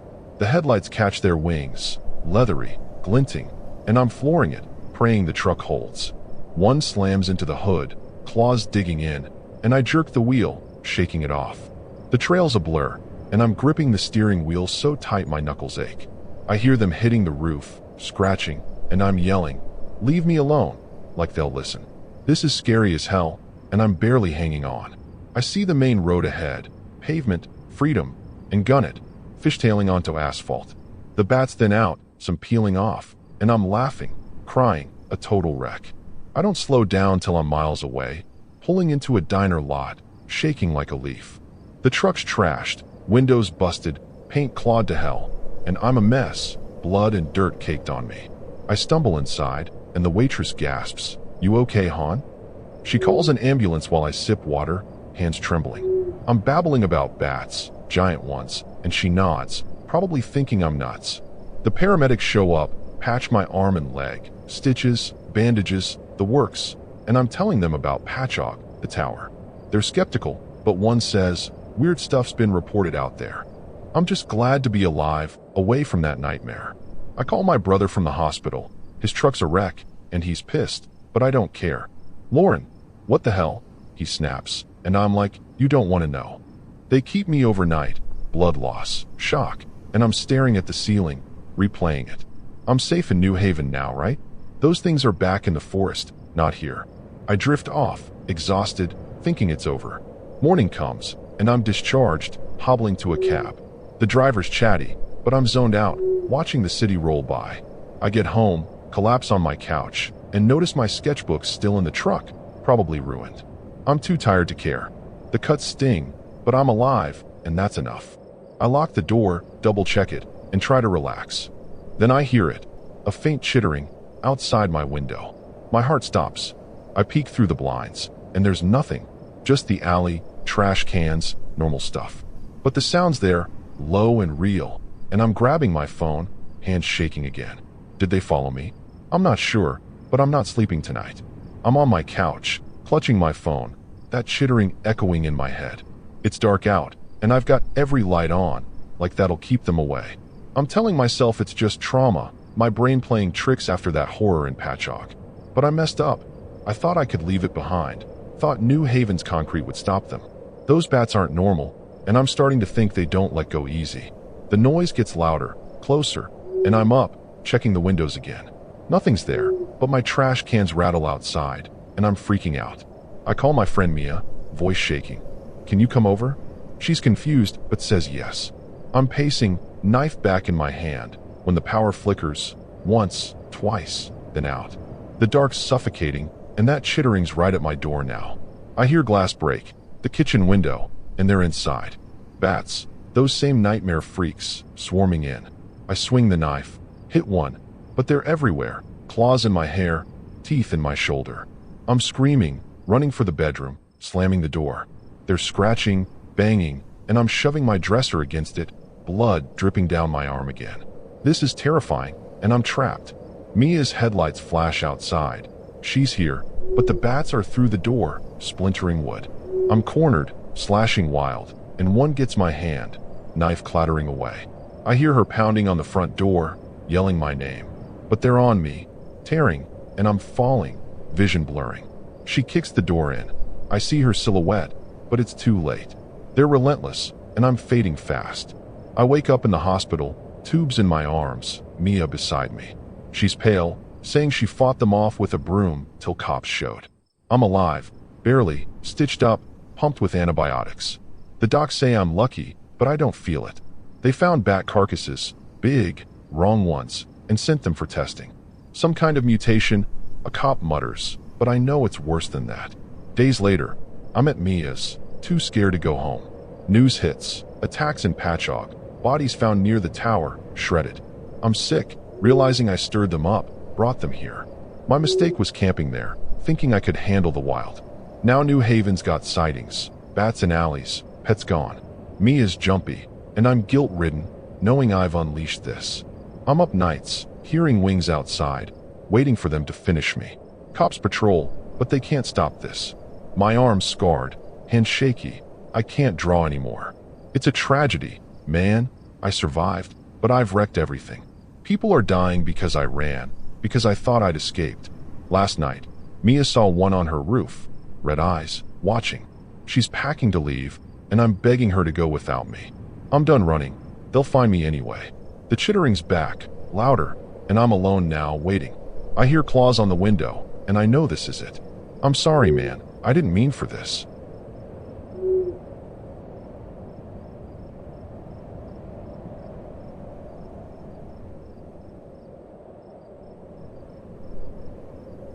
I'm Ethan Daniel Brooks, 35 years old, and I live in Stamford, Connecticut, where the city's hustle keeps me wired. I'm a mechanic, grease under my nails, always fixing something. But last October, I needed a break from the grind. So I grabbed my old Ford Bronco, tossed in a tent, a cooler, and my fishing gear, and headed for Cockaponcet State Forest up near Haddam. A solo camping trip sounded like my ticket to unwind, just me and the woods. The drive up was chill, highways melting into backroads, trees turning red and gold. I had the radio cranked, some classic rock cutting through the hum of the Bronco's engine. I'm no survivalist, all right? I like a cold beer and a decent burger, not roughing it hardcore. But Cockaponcet's got this lookout tower, Haddam Tower, they call it, and I figured I'd fish, hike, maybe sketch the view. Simple stuff. I pulled into a clearing off a dirt road, maybe a half-mile from the tower trail. The Bronco's my base. I'd sleep in the back, tent as backup. The air hit me as I hopped out, crisp, damp, like fallen leaves and river mud mixed together. I cracked a beer, set up a camp chair, and just breathed. The forest was quiet, sun dipping low, and I felt like I'd ditched Stanford's chaos for something real. First night, I'm sprawled in the Bronco, tailgate open, fishing rod propped nearby. I'd hit the river earlier, caught nothing, but it was relaxing. Now I'm sipping another beer, doodling the tower in a notebook by lantern light. It's this old steel thing I'd glimpsed online, stuck on a ridge. I'm pumped to hike up tomorrow, see the forest from above. I drift off to crickets and a light breeze. Perfect. Morning's cold, and I'm up, brewing coffee on a camp stove, spill some, curse myself for it. The woods look alive in daylight, all fiery colors and mist. I scarf a granola bar, grab my pack, and lock the Bronco. The trail to the tower's close, winding through pines, and I'm feeling good, like I'm shedding stress with every step. I've got water, a sandwich, and my phone, ready for this. The hike's easy, soft earth, a few roots to dodge. I'm snapping pics, thinking I'll show my buddy Mike back home. The air's thick with that autumn smell, and I spot a deer darting off, quick, graceful. I'm grinning, loving it. The trail markers are weathered but clear, pointing to the tower. I see it soon, tall, rusted, poking above the trees like a sentinel. I reach the base, and it's bigger than I expected. 80 feet of steel, stairs spiraling up. The clearing's rocky, quiet, and I drop my pack, stretching out. The stairs creak when I test them, loud, but solid. I'll climb later, I decide after I eat. For now, I sit, munching my sandwich, feeling like I've earned this. The forest stretches out, endless and wild. Then I notice it, scratches on a nearby tree, deep, fresh, like something big clotted up. My gut twitches. Bear, maybe? I've got spray in the Bronco, but it's back there. I snap a pic, shrug it off. I'm here for peace, not paranoia. The sun's still up, and I've got no clue what's lurking. I hear a snap, sharp, close, and freeze, scanning the trees. Nothing moves, but the hairs on my neck stand up. Just a squirrel, I tell myself, shaking it off. I'm still good, still in control. I'm finishing my sandwich by the tower when I realize I left the bear spray in the Bronco. Dumb move, Ethan. Those tree scratches are bugging me now, and I'm kicking myself for not grabbing it. No big deal. I figure I'll head back soon, get it, and climb the tower after. The sun's still high, and I'm not spooked yet, just annoyed at my own forgetfulness. The woods are quieter now, though, and it's weird. That morning hum, birds, wind, has faded to nothing. I'm no expert, but I've fished enough to know silence can mean trouble. I scan the trees, squinting, but it's just branches and leaves. Still, I feel it, something's off. I brush it aside, telling myself I'm just jumpy after seeing those marks. I decide to climb the tower anyway, spray or no spray. The stairs groan under my boots, and I'm gripping the railing, rust flaking off. Halfway up, I spot something below, bones, small ones, piled near a rock. Rabbit, maybe a fox, picked clean. I pause, staring down. Could be a hawk, I tell myself. Nature's messy. But it's creepy, those little white bits shining in the sun. At the top, the view's killer, Cockaponsett rolling out, all reds and oranges. I'm grinning, snapping pics, feeling on top of it all. Then I hear it, a low rumble, like a growl, close but muffled. My stomach drops. I whip around, but the platform's empty. It's coming from below, somewhere in the brush. I lean over, and I see it. Fur, brown and matted, moving fast through the trees. Too big for a fox, too low for a deer. I'm stuck up there, heart thumping, debating my next move. Climb down and check it? Stay put? I'm not some idiot who'd chase a growl, but I'm curious, maybe too much. My phone's got no signal, figures, and I snap a blurry pic anyway. The growl's gone, but the quiet's back, heavier now. I decide to head down, grab the spray, play it smart. The descent's quick. I'm taking steps 2 at a time, tower creaking like it's pissed. I hit the ground and start for the trail, glancing back. Nothing's there, but I feel watched, like something's tracking me. I'm halfway to the Bronco when I see the scratches from earlier. They're joined by more, a trail of them, heading toward my camp. My throat tightens. This is getting disturbing. Back at the clearing, the Bronco's fine, doors still locked. I grab the bear spray, clip it to my belt, and chug some water, trying to chill. I'm laughing at myself. Ethan, you're losing it, man. Probably just a bear, right? I've got the spray now, so I feel tougher. I'm not bailing. I drove 2 hours for this, and I'm not running yet. The sun's dropping, and I'm building a fire near the Bronco, more for comfort than heat. The flames crackle, and I'm sipping a beer, trying to shake the jitters. That's when I hear it, a roar, deep and raw, echoing through the trees. Not a car, not a plane, something alive. My fire's suddenly not so cozy, and I'm gripping the spray, wondering if it's enough. I shine my flashlight into the dark, and I see it. Eyes, green and huge, glinting back. My pulse spikes. Not a deer, not a coyote, too big, too still. The roar comes again, closer, and I'm on my feet, backing toward the Bronco, realizing I might have bitten off more than I can chew. I'm by the fire, bear spray in hand, staring at those green eyes when the roar hits again, loud, bone-rattling. The flames flicker, and I'm yelling, "Get out of here!" But it's weak, scared. The eyes move, slow, deliberate, and I see it step into the light. A bear, but not right. Massive, hunched, with fur that's patchy and wet, like it's rotting. Its jaws crooked, teeth too long, and I'm frozen, heart slamming against my ribs. It charges, fast, way too fast, and I spray a wild cloud of it, hitting its face. It rears back, roaring, clawing the air, and I'm bolting for the Bronco, tripping over my chair. I hear it thrashing, snarling, and I'm at the door, yanking it open, diving in. I slam it shut as the bear slams the side. Metal dents, window cracks, and I'm screaming, fumbling for the keys. The engine roars to life, and I'm peeling out, but it's on me, clawing the tailgate. I swerve, tires spinning, and it slides off, but I hear it chasing, crashing through brush, keeping up. My headlights catch it. Huge, wrong, like something out of a horror flick, and I'm flooring it down the trail, branches snapping. This isn't a normal bear. It's disturbing, twisted. I'm weaving, praying I don't hit a tree, and it's still there, a shadow in the rear view.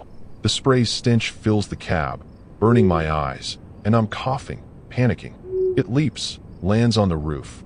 Thud, claws screeching, and I slam the brakes, shaking it off. The windshield's cracked, and I'm driving blind, just trying to reach the road. The tower's ahead, dark and looming, and I get a dumb idea. Climb it, get high. I skid to a stop, grab the spray and a flashlight, and run. The stairs shake as I climb, and I hear it below, snarling, slamming the base. I'm halfway up when it starts climbing, claws on steel, slow but coming, and I'm spraying down, hitting its face again. It roars, slips, but doesn't fall. I'm at the top, chest heaving, shining the light. It's circling below now, pacing, green eyes locked on me. The platform sways, and I'm gripping the railing, trying not to puke. This thing's not stopping.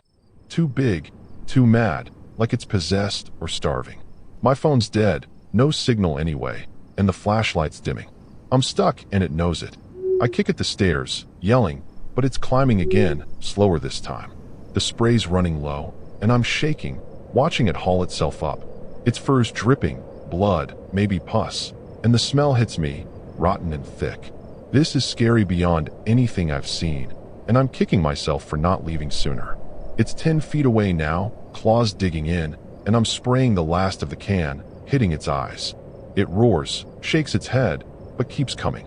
The tower groans under its weight, and I'm backed into a corner, flashlight raised like a club. Something's seriously wrong with this thing, and I'm out of moves. It's on the platform, huge, stinking, staring me down, and I swing the flashlight, crack its skull. It snarls, lunges, and I'm dodging, slipping, barely hanging on. I'm dodging this monster bear on the tower, flashlight bouncing off its head, and it's snapping at me, teeth inches away. The platform's tilting, and I'm slipping, grabbing the railing. I've got no spray left, just my fists in panic, and I'm swinging wild, hitting its snout.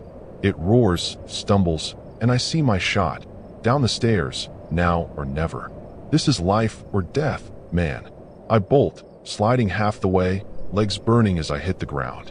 It's after me, crashing down, shaking the tower, and I'm sprinting for the Bronco, lungs on fire. Claws rake my back. hot, sharp pain, and I stumble, but I'm up, diving into the cab. I slam the door as it rams the side, rocking the truck, and I'm jamming the keys in, hands shaking like crazy. The engine growls, and I'm peeling out, tires kicking dirt. It's chasing, a hulking shadow in the headlights, and I'm swerving, dodging trees. It leaps, claws the hood, metal screams, and I jerk the wheel, shaking it off. The trail's a mess, and I'm flooring it, blood soaking my shirt, praying I make the road. This is horror I can't outrun. I hit pavement, finally, and gun it, fishtailing onto the highway. The bear's falling back, roaring in the dark, and I'm laughing, crying, a total wreck. I don't stop till I'm in Middletown, pulling into a gas station, shaking so bad I can't shift gears. The Bronco's trashed, hood dented, side clawed, and I'm bleeding, dizzy alive. I stumble inside, and the clerk's wide-eyed. "You hit by a truck?" I'm babbling about a bear, a freak one, and he calls 911.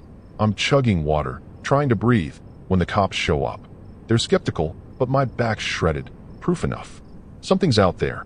I mutter, and they nod, radioing it in. I'm just glad to be out of that nightmare. Ambulance takes me to a hospital, stitches, bandages, the works. I call Mike from the bed, voice shot. "Man, I'm done with camping." He's laughing, thinking I'm exaggerating, but I'm dead serious. They keep me overnight, shock, blood loss, and I'm staring at the ceiling, replaying it. I'm safe in Stanford now, right? That thing's back in Cockaponset. I'm discharged, cab at home, and collapse on my couch, still in my boots. The cuts sting, but I'm alive, and that's something. I lock the door, double-check it, and try to chill. The Bronco's in the shop, gonna cost a fortune, but I don't care. I'm done with the woods, done with towers. Night falls, and I hear it, a faint growl outside. My heart stops. I peek out, see nothing. Just the street, cars, normal stuff. But the sound's there, low and real, and I'm grabbing a wrench, hands trembling. Did it follow me? I'm not sure, but I'm not sleeping. I'm up, lights on, waiting, wondering if I've brought hell back with me. The growl fades, but I'm not convinced it's gone. I'm on my couch, wrench in hand, that growl still echoing in my head. It's pitch black out, and I've got every light blazing, like that'll keep it away. I'm telling myself it's just my mind, rattled from that horror in Cockaponset. But I screwed up. I thought I could leave it behind, thought Stanford's noise would drown it out. That bear's not normal, and I'm scared it's not done with me.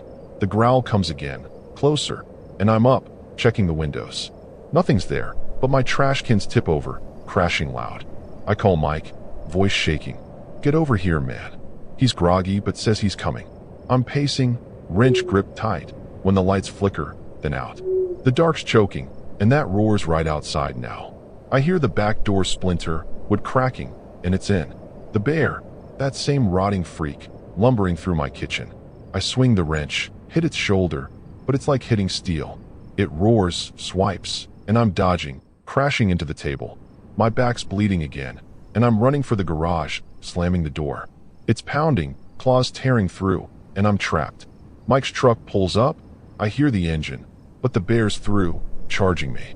I grab a crowbar, swing wild, catch its jaw. It staggers, and I'm bolting past, out the front door. Mike's there, yelling, "What the hell?" And I'm diving into his cab as the bear bursts out. He floors it, tires squealing, and we're gone, leaving it roaring in the street. Cops swarm my place later. Lights, guns, chaos. I'm in Mike's truck, shaking, telling them about the bear. They find blood, fur, claw marks. My house is trashed, but no bear. Tracks lead to the woods, one says, and I'm nodding, numb. They think I'm crazy, but Mike's white as a sheet. He saw it. I'm alive, but it's not over. Days later, I'm at Mike's, too freaked to go home. News hits. Hikers mauled near Haddam Tower, bodies torn up. I'm sick, knowing I stirred it up, brought it here. My mistake was camping there, thinking I could handle it. Now Stanford's got sightings. Pets missing, scratches on doors. Mike's pissed, but I can't fix this.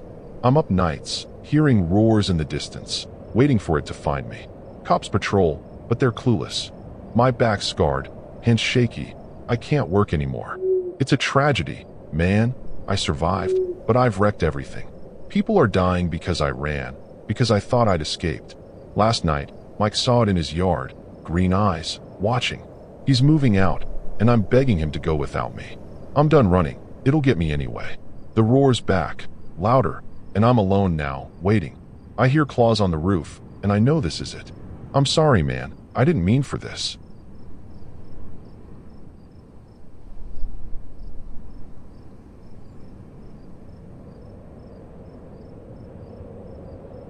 My name is Robert Thompson.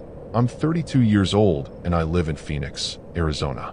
When I got the call about a camping trip up in Connecticut, I was excited yet nervous, knowing I'd be far from the familiar heat of home. I packed my essentials into my old Ford truck and headed north, eager to escape the city's bustle for a weekend immersed in nature.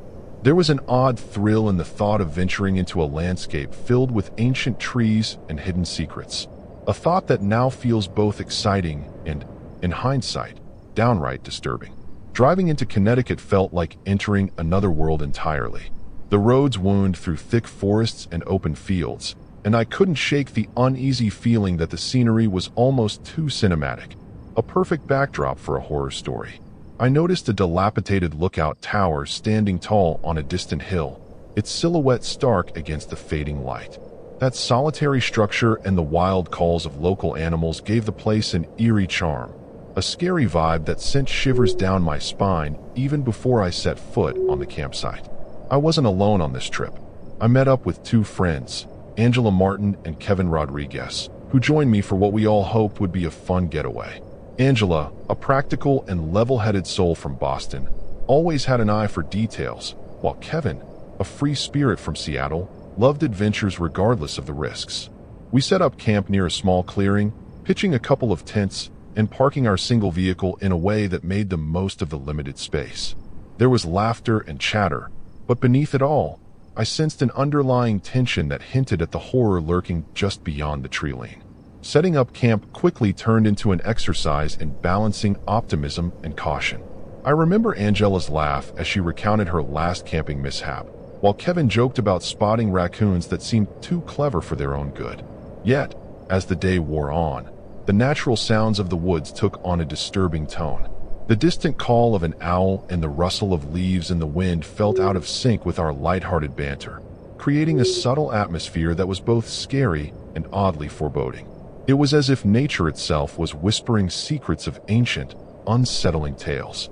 As twilight deepened, our campfire crackled and popped, casting dancing shadows that merged with the darkening landscape.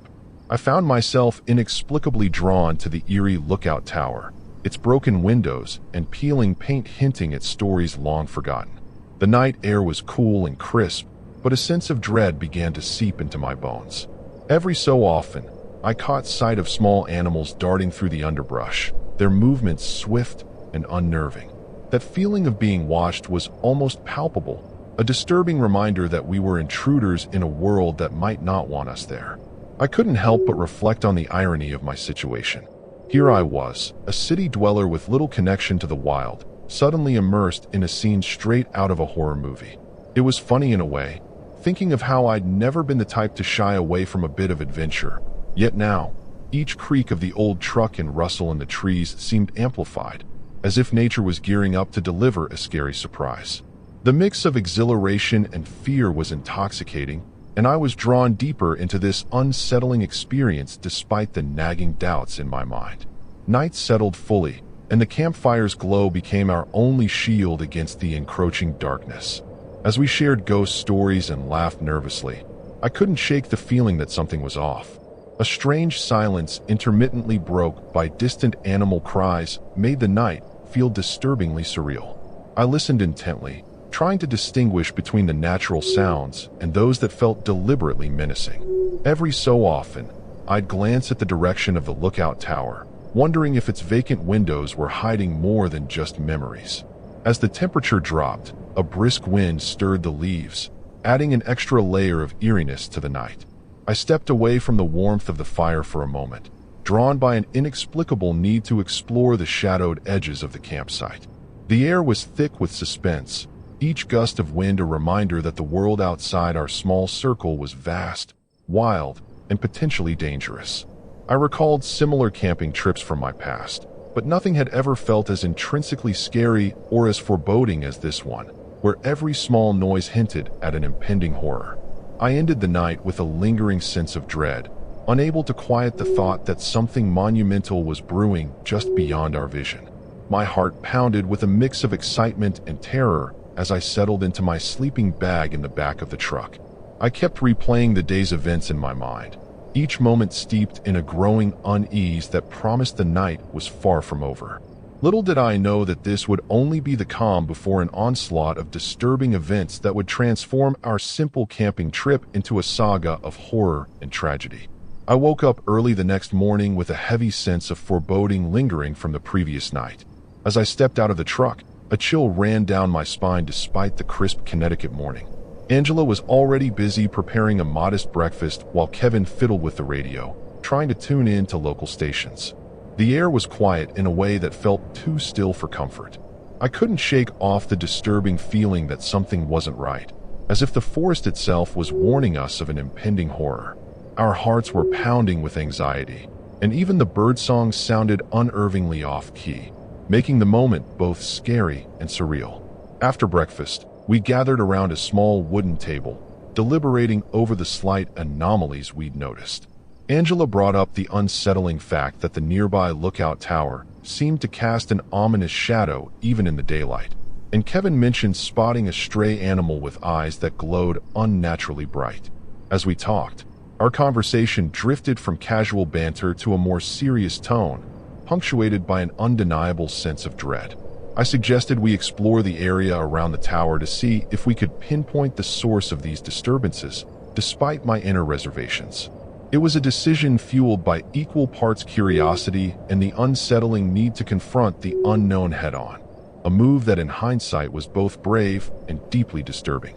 The decision to investigate the vicinity of the lookout tower wasn't made lightly. I remember the moment vividly. The wind whispered through the trees in a way that felt like it was urging us forward, and every step we took made the forest feel even more foreboding. We set off along a narrow, winding path, our footsteps muffled by the soft earth. Kevin joked to lighten the mood, though his smile was strained by a hint of fear. I couldn't help but think about how my life had taken such a dark turn from a simple camping trip to a scenario straight out of a horror movie, with each step feeling as though we were drawing closer to something truly disturbing. As we approached the old lookout tower, our surroundings began to change in subtle, yet alarming ways. The forest, once vibrant with life, seemed to grow dimmer, as if nature itself was holding its breath. Angela pointed out strange markings on the trees that hadn't been there before, signs that looked almost like crude warnings. The atmosphere turned eerily silent except for the occasional rustle of leaves, and the familiar calls of local animals were replaced by an unsettling quiet. I felt the prickling sensation of being watched, a scary realization that the unknown was closing in on us. Every moment felt heavy, as though the forest was concealing something horrifying behind its serene facade. The mood shifted drastically when we discovered a series of unsettling clues scattered near the base of the tower. There were broken branches arranged in deliberate patterns and trampled underbrush that hinted at the presence of large, unidentifiable creatures. I felt a sinking dread as I observed the evidence, an almost ritualistic arrangement that sent a shiver down my spine. The patterns were too precise, too intentional to be a mere accident of nature. Kevin's attempt at humor fell flat as he muttered that it all felt like a scene from a disturbing horror film. In that moment, it became painfully clear that our decision to explore had led us into something far scarier than we'd anticipated. Back at our camp, tension was palpable as we tried to regroup and figure out our next move. I sat in my truck, trying to process the disquieting discoveries and the weight of the situation. Angela and Kevin huddled close, exchanging worried glances, as if silently questioning the wisdom of our choices. The morning light did little to alleviate the overwhelming sense of dread that had settled over us. Every familiar sound now echoed with the potential for something sinister, making our previous light-hearted camping trip feel like a distant, almost naive memory. It was a clear moment of realization that the horror we had stepped into was not only real, but also rapidly escalating. A growing debate ensued over whether to press on or retreat to the safety of the more populated areas of Connecticut. The unsettling signs we'd observed left us with an uneasy choice. Continue exploring and face the scary unknown head-on, or leave immediately, possibly abandoning crucial clues to what was happening. Angela's practical nature clashed with Kevin's urge for adventure, leaving me caught in the middle, trying to weigh the risk against the need for answers.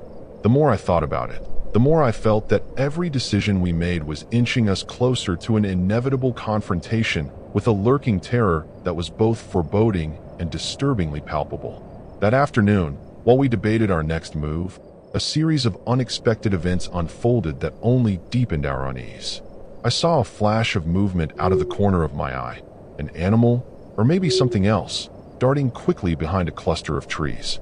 The sight was so sudden and surreal that it sent a jolt of adrenaline through my body. Kevin was the first to comment, his voice trembling as he described the creature as almost human-like in its stealth. The reality of our situation hit me like a freight train. Here we were, in a remote part of Connecticut, facing a mystery that was growing more complex and undeniably scary with every passing moment. As dusk approached, our decision was made. We would set up a temporary perimeter around the tower and the surrounding area. We improvised a plan to stay vigilant throughout the night, with Angela coordinating lookout shifts and Kevin gathering any useful tools from our vehicle. I couldn't shake the feeling that this was just the beginning of a sequence of disturbing events that would challenge everything we thought we knew about safety and nature. The sky gradually darkened, and with it, our collective hope for a simple, uneventful camping trip dwindled. That evening, as we settled in with heavy hearts and anxious eyes, we all silently braced ourselves for the coming horror, knowing that our next steps could be a matter of life or death. I jolted awake in the dead of night, my senses screaming that something was off. The camp, once a haven, now felt suffocating and ominous. I peered out of the truck's window and saw a disturbing silhouette lurking behind the trees, a figure that blended into the darkness, unnervingly still, yet disturbingly present. My heart pounded as I strained to make sense of the shapes that danced in the faint moonlight. Every rustle and whisper in the cold air screamed horror, and the creeping fear made it unmistakably clear that our simple camping trip had mutated into something truly scary. Stepping cautiously away from the truck, I could sense the creeping presence with each step I took toward the edge of the camp. Angela and Kevin were already awake, their faces etched with a mixture of confusion and terror. The once comforting sounds of nature now reverberated with eerie echoes. A strange, low hum, a sound not made by any animal I recognized, filled the air and sent chills down my spine. As I scanned the darkness, the shadowy figure reappeared, fleetingly visible behind a cluster of trees. Its silent, ghostly movement was a clear and disturbing sign that whatever was out there meant to instill horror into our hearts. The forest around us began to transform as if it were under the influence of an unseen force. Leaves rustled in a way that sounded almost like whispered warnings, and the thick fog that rolled and obscured our familiar landmarks. I felt my pulse quicken with every step I took further into the territory of the unknown. The atmosphere was heavy with dread, and even the steady sound of our breathing became a reminder of the looming horror. A sudden, sharp crack of a branch broke the silence, and I instinctively ducked, convinced that the threat was drawing nearer, its intentions both scary and disturbingly deliberate. The tension mounted as the air turned colder, and our campfire's glow seemed to falter under the oppressive darkness. Kevin, usually the joker, now looked grave as he cautiously suggested that we split up to investigate the strange noises. Angela's eyes darted around nervously, and I could see her inner turmoil as she debated whether to stand her ground or retreat. My mind raced through all the disturbing possibilities of what lurked in that oppressive night. Every moment was punctuated by the unsettling awareness that the horror we were facing was not a trick of the mind but a real, imminent threat, making every shadow and sound a potential omen of danger. Without warning, an unearthly howl echoed from deep within the forest, reverberating off the trees and setting my nerves on edge. The sound, both animalistic and eerily human, pierced the silence and sent a ripple of terror through our group. In that moment, I realized that the presence we had sensed was not merely an intruder, but something far more sinister, a force that thrived on fear and darkness. I remember the look in Angela's eyes as she grasped the gravity of the situation, and Kevin's voice, shaking with both disbelief and fear, as he muttered that it was like something out of a truly scary horror film. The night had turned into a canvas of ominous signs, and we were trapped in a nightmare that was disturbingly real. As we gathered near the flickering light of our diminishing campfire, we stumbled upon unsettling traces of what seemed like deliberate vandalism. Scratches on the vehicle's side and deep gouges in the wood of the camp table hinted at a struggle, or perhaps an intentional act of terror. I ran my fingers over the markings, and the rough texture sent a shiver of dread through me. It felt as though someone, or something, had been marking its territory. The realization hit me hard. The force behind these acts was not random, but calculated, as if it was toying with us. Every sign of damage was a silent proclamation of horror, and the situation was rapidly escalating into a disturbing, dangerous encounter. The unsettling presence wasn't confined to just physical marks. The forest itself seemed to be communicating in a language of foreboding and dread. As I walked along a narrow trail, I noticed an inexplicable pattern in the undergrowth, a trail of disturbed soil that led directly to where the shadow had been spotted. It was as if the ground had been marked by the passage of something huge and malevolent. The natural beauty of the forest was overwhelmed by a sense of impending doom, and even the smallest animal call turned into a harbinger of horror. I couldn't shake the feeling that this was a deliberate setup, a clear indication that the terror was methodically closing in on us. I found myself frozen in place when a pair of glistening eyes emerged from the gloom, watching me intently from behind a thick trunk. The creature, half hidden by the darkness, exuded a disturbing aura that made my skin crawl.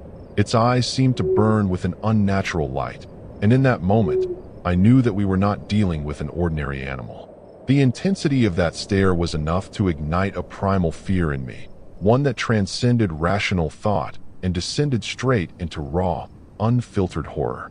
I could feel the weight of its gaze, as if it was judging us for daring to intrude upon its territory. The reality of the situation was grim. Our lives had now become entwined with a force that was both dangerous and deeply disturbing.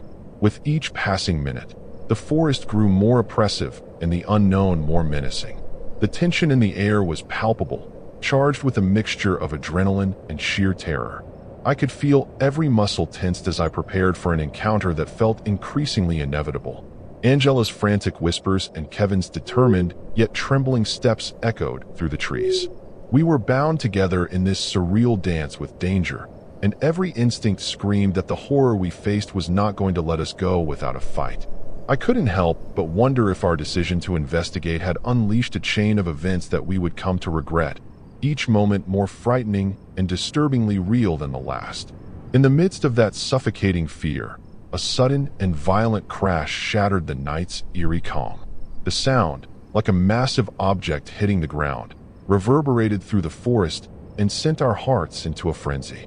The moment stretched into an eternity as we exchanged terrified glances, knowing that our survival now hinged on our ability to decipher the source of this threat. I could sense that the terror had reached a fever pitch, and we were on the brink of a confrontation that promised to be as unpredictable as it was dangerous. The horror, once a slow-building dread, now exploded into a situation where every step, every breath was laden with the unmistakable warning that we were caught in the clutches of a truly disturbing force, and there was no turning back.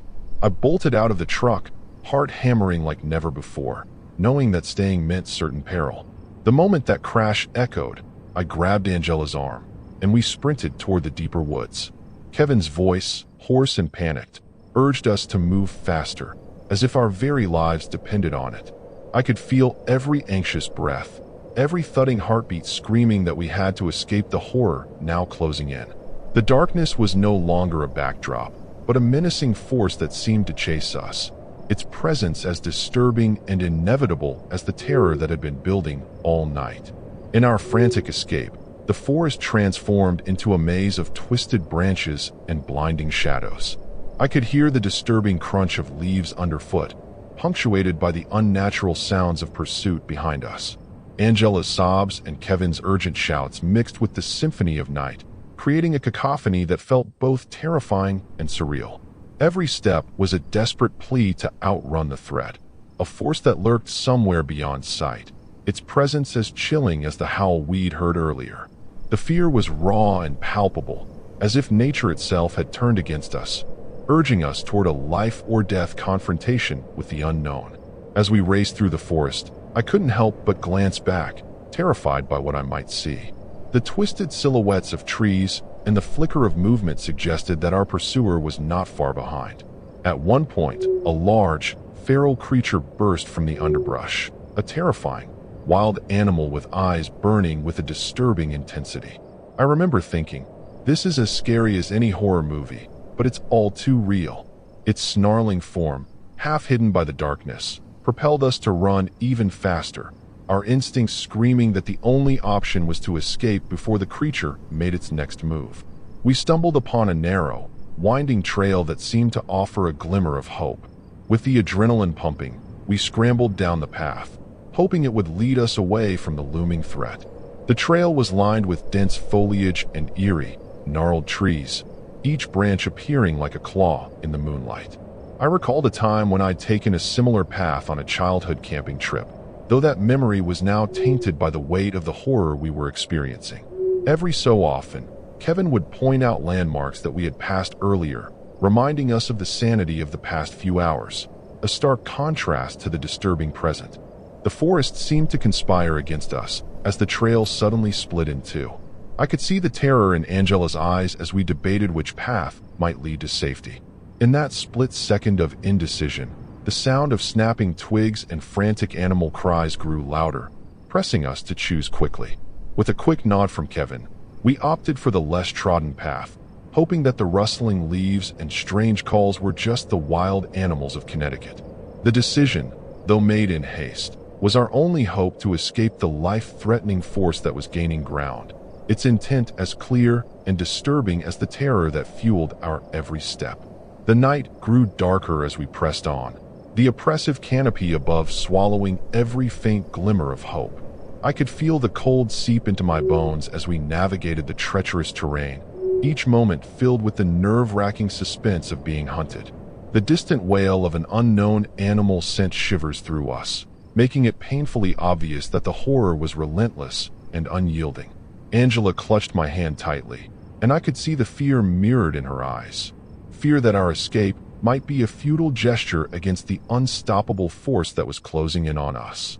Our pace quickened, driven by sheer survival instinct in a scenario straight out of the most disturbing nightmare.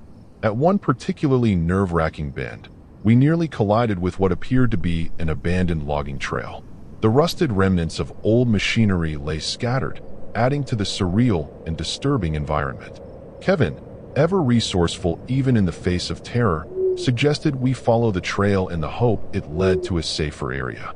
I couldn't help but recall a similar, albeit less frightening, adventure from years past, where a misadventure on a logging trail had led to unexpected surprises. However, this time the stakes were life and death, and the haunting atmosphere left no room for nostalgia. Only the urgency to survive and the growing dread that our pursuer was merely biding its time in the shadows. The pounding in my ears was almost deafening as we burst out of the forest into a small clearing illuminated by the weak light of dawn. It was a moment of bittersweet relief, escaping the immediate grasp of the horror that had stalked us all through the night. But as we paused to catch our breath, I couldn't shake the sense that the danger was far from over. The clearing offered little sanctuary. In its center stood remnants of an old, abandoned ranger station that exuded an aura of neglect and menace. The structure's broken windows and faded sign were a disturbing reminder of the cycle of life and death that had taken place on these grounds. We gathered ourselves, acutely aware that the most harrowing chapter of this terrifying ordeal might still lie ahead. In that chilling moment of temporary respite, we exchanged glances filled with equal parts relief and dread. I knew deep in my bones that what we'd escaped was only a fragment of the horror that awaited us, a disturbing force that had already left its mark on this wild, unforgiving land. Our hearts pounded in unison as we took in our surroundings, a silent agreement passing between us that the struggle for survival was far from over. The life and death chase had brought us to this eerie threshold, and though we dared to breathe for just a second, the terror that had haunted us throughout the night whispered that escape was only a brief interlude in our nightmare. Every rustle in the wind and every distant call reminded me that the horror was patient and was likely to re-emerge when we least expected it. I remember the moment when it all went wrong like it was seared into my mind. The dawn had barely broken when we decided to explore the abandoned ranger station, convinced it might offer a safe haven from the horror that had dogged our every step. The structure loomed over us with a sense of foreboding, its creaking boards and shattered windows whispering secrets of past tragedies. Angela, usually so steady, hesitated at the threshold while Kevin and I pushed forward, determined to find answers. As we stepped inside, the stale air was filled with memories of despair, and a heavy silence pressed down on us, leaving us both scared and disturbed by the uncanny presence that still lurked in every shadow. Inside the ranger station, every room told a story of neglect and sorrow. I could almost hear the echoes of long-forgotten voices as we moved cautiously through the dilapidated corridors. In one corner, we discovered a dusty journal filled with frantic scribbles that chronicled previous encounters with the same ominous force we were now facing. The entries recounted unsettling events, sightings of phantom figures, inexplicable animal behaviors, and a creeping dread that had eventually led to inexplicable disappearances. Reading those pages sent shivers down my spine, reinforcing the terrible notion that our own experience was only a chapter in a much darker, recurring horror that had claimed lives before us. A sudden crash from the back of the station shattered our brief moment of introspection. We rushed toward the noise, hearts pounding and adrenaline surging, only to find that the door to a storage room had been violently forced open. Outside, the morning light revealed a trail of destruction that looked almost ritualistic, with remnants of broken glass and twisted metal hinting at a deadly struggle. Kevin's face turned pale as he whispered about the possibility of a trap, a deadly mistake that could have cost us our lives. Angela clutched my arm as we slowly retreated from the room, our minds reeling from the realization that our search for answers was drawing us deeper into a vortex of disturbing, life-altering events. Desperation set in as we pieced together the fragments of evidence scattered around the station. I recalled the journal's dire warnings and the unnerving signs outside that spoke of a malevolent force with no mercy. In a moment of grim determination, we decided to barricade ourselves inside, hoping that by taking a stand we might stave off the encroaching danger. The atmosphere inside was thick with fear, each creak of the building and gust of wind outside sending our imaginations spiraling into realms of horror. The stark reality was that we were now trapped in a nightmare, where every decision risked our survival and every moment teetered on the brink of calamity. While we fortified our makeshift shelter, I couldn't help but reflect on the deadly mistake we'd made by underestimating the force that haunted these lands. The night turned disturbingly quiet as we prepared for what might be our final stand, the silence punctuated by the irregular beat of our hearts.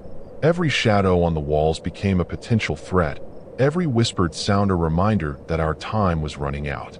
I recalled the cold, determined eyes of the creature we'd encountered, its stare a haunting verdict on our intrusion. The realization that this horror might have been waiting for us all along was both chilling and tragically inevitable, a reminder that sometimes the pursuit of answers comes at an unbearable price. As darkness descended once again, our fragile barricade provided little comfort from the chaos outside. The wind howled like a chorus of mourning souls, and the once familiar terrain outside morphed into a surreal, almost alien landscape. I could hear what sounded like distant, tormented cries echoing through the woods, a stark reminder that the force we had awakened was both alive and vengeful. In a frantic bid to signal for help, I fumbled with my phone only to discover that there was no signal, a devastating blow that underscored our isolation. The realization hit hard. Our only hope lay in surviving until dawn, yet every instinct screamed that the terror of that night was far from over. Trapped in that grim, decaying station, we found ourselves caught between the past's tragic echoes and a future mired in uncertainty. Angela, usually the voice of reason, tried to rally us by suggesting we retrace our steps to safety. But Kevin, eyes wide with fear and a desperate urgency in his voice, insisted that the true danger was still ahead, lurking just outside those fragile walls. The conversation spiraled into frantic debates over strategy, every suggestion tinged with the looming dread of the horror that prowled outside. I felt an overwhelming mix of anger and despair. Anger at the relentless cruelty of fate, and despair at the realization that this deadly mistake might seal our tragic end. In one final attempt to break the cycle of terror, we resolved to venture out and confront the source of the horror directly. With heavy hearts and trembling hands, we gathered a few meager supplies and set off into the encroaching gloom, our footsteps echoing the dirge of our uncertain fate. The forest, already a harbinger of fear, seemed to close in around us as if determined to swallow us whole. Every step felt like a betrayal of the safety we once took for granted, every rustle a sinister reminder that the night was alive with malicious intent. Even as we pushed forward, a part of me clung to a faint hope that maybe, just maybe, this nightmare had a chance for redemption, a hope that was as fragile as it was tragically misplaced. With each passing moment, the gravity of our situation became increasingly unbearable. The landscape shifted subtly, as if the very earth itself was conspiring to engulf us in darkness. I couldn't shake the sense that the horror was not merely a physical threat, but a living, breathing force determined to erase every trace of our existence. The memories of our previous encounters mingled with the present terror, creating an overwhelming atmosphere of despair and foreboding. In that charged moment, the realization struck me that our journey through this nightmarish ordeal had reached a pivotal point, a point where survival was no longer certain, and the price of our curiosity might just be the ultimate tragedy.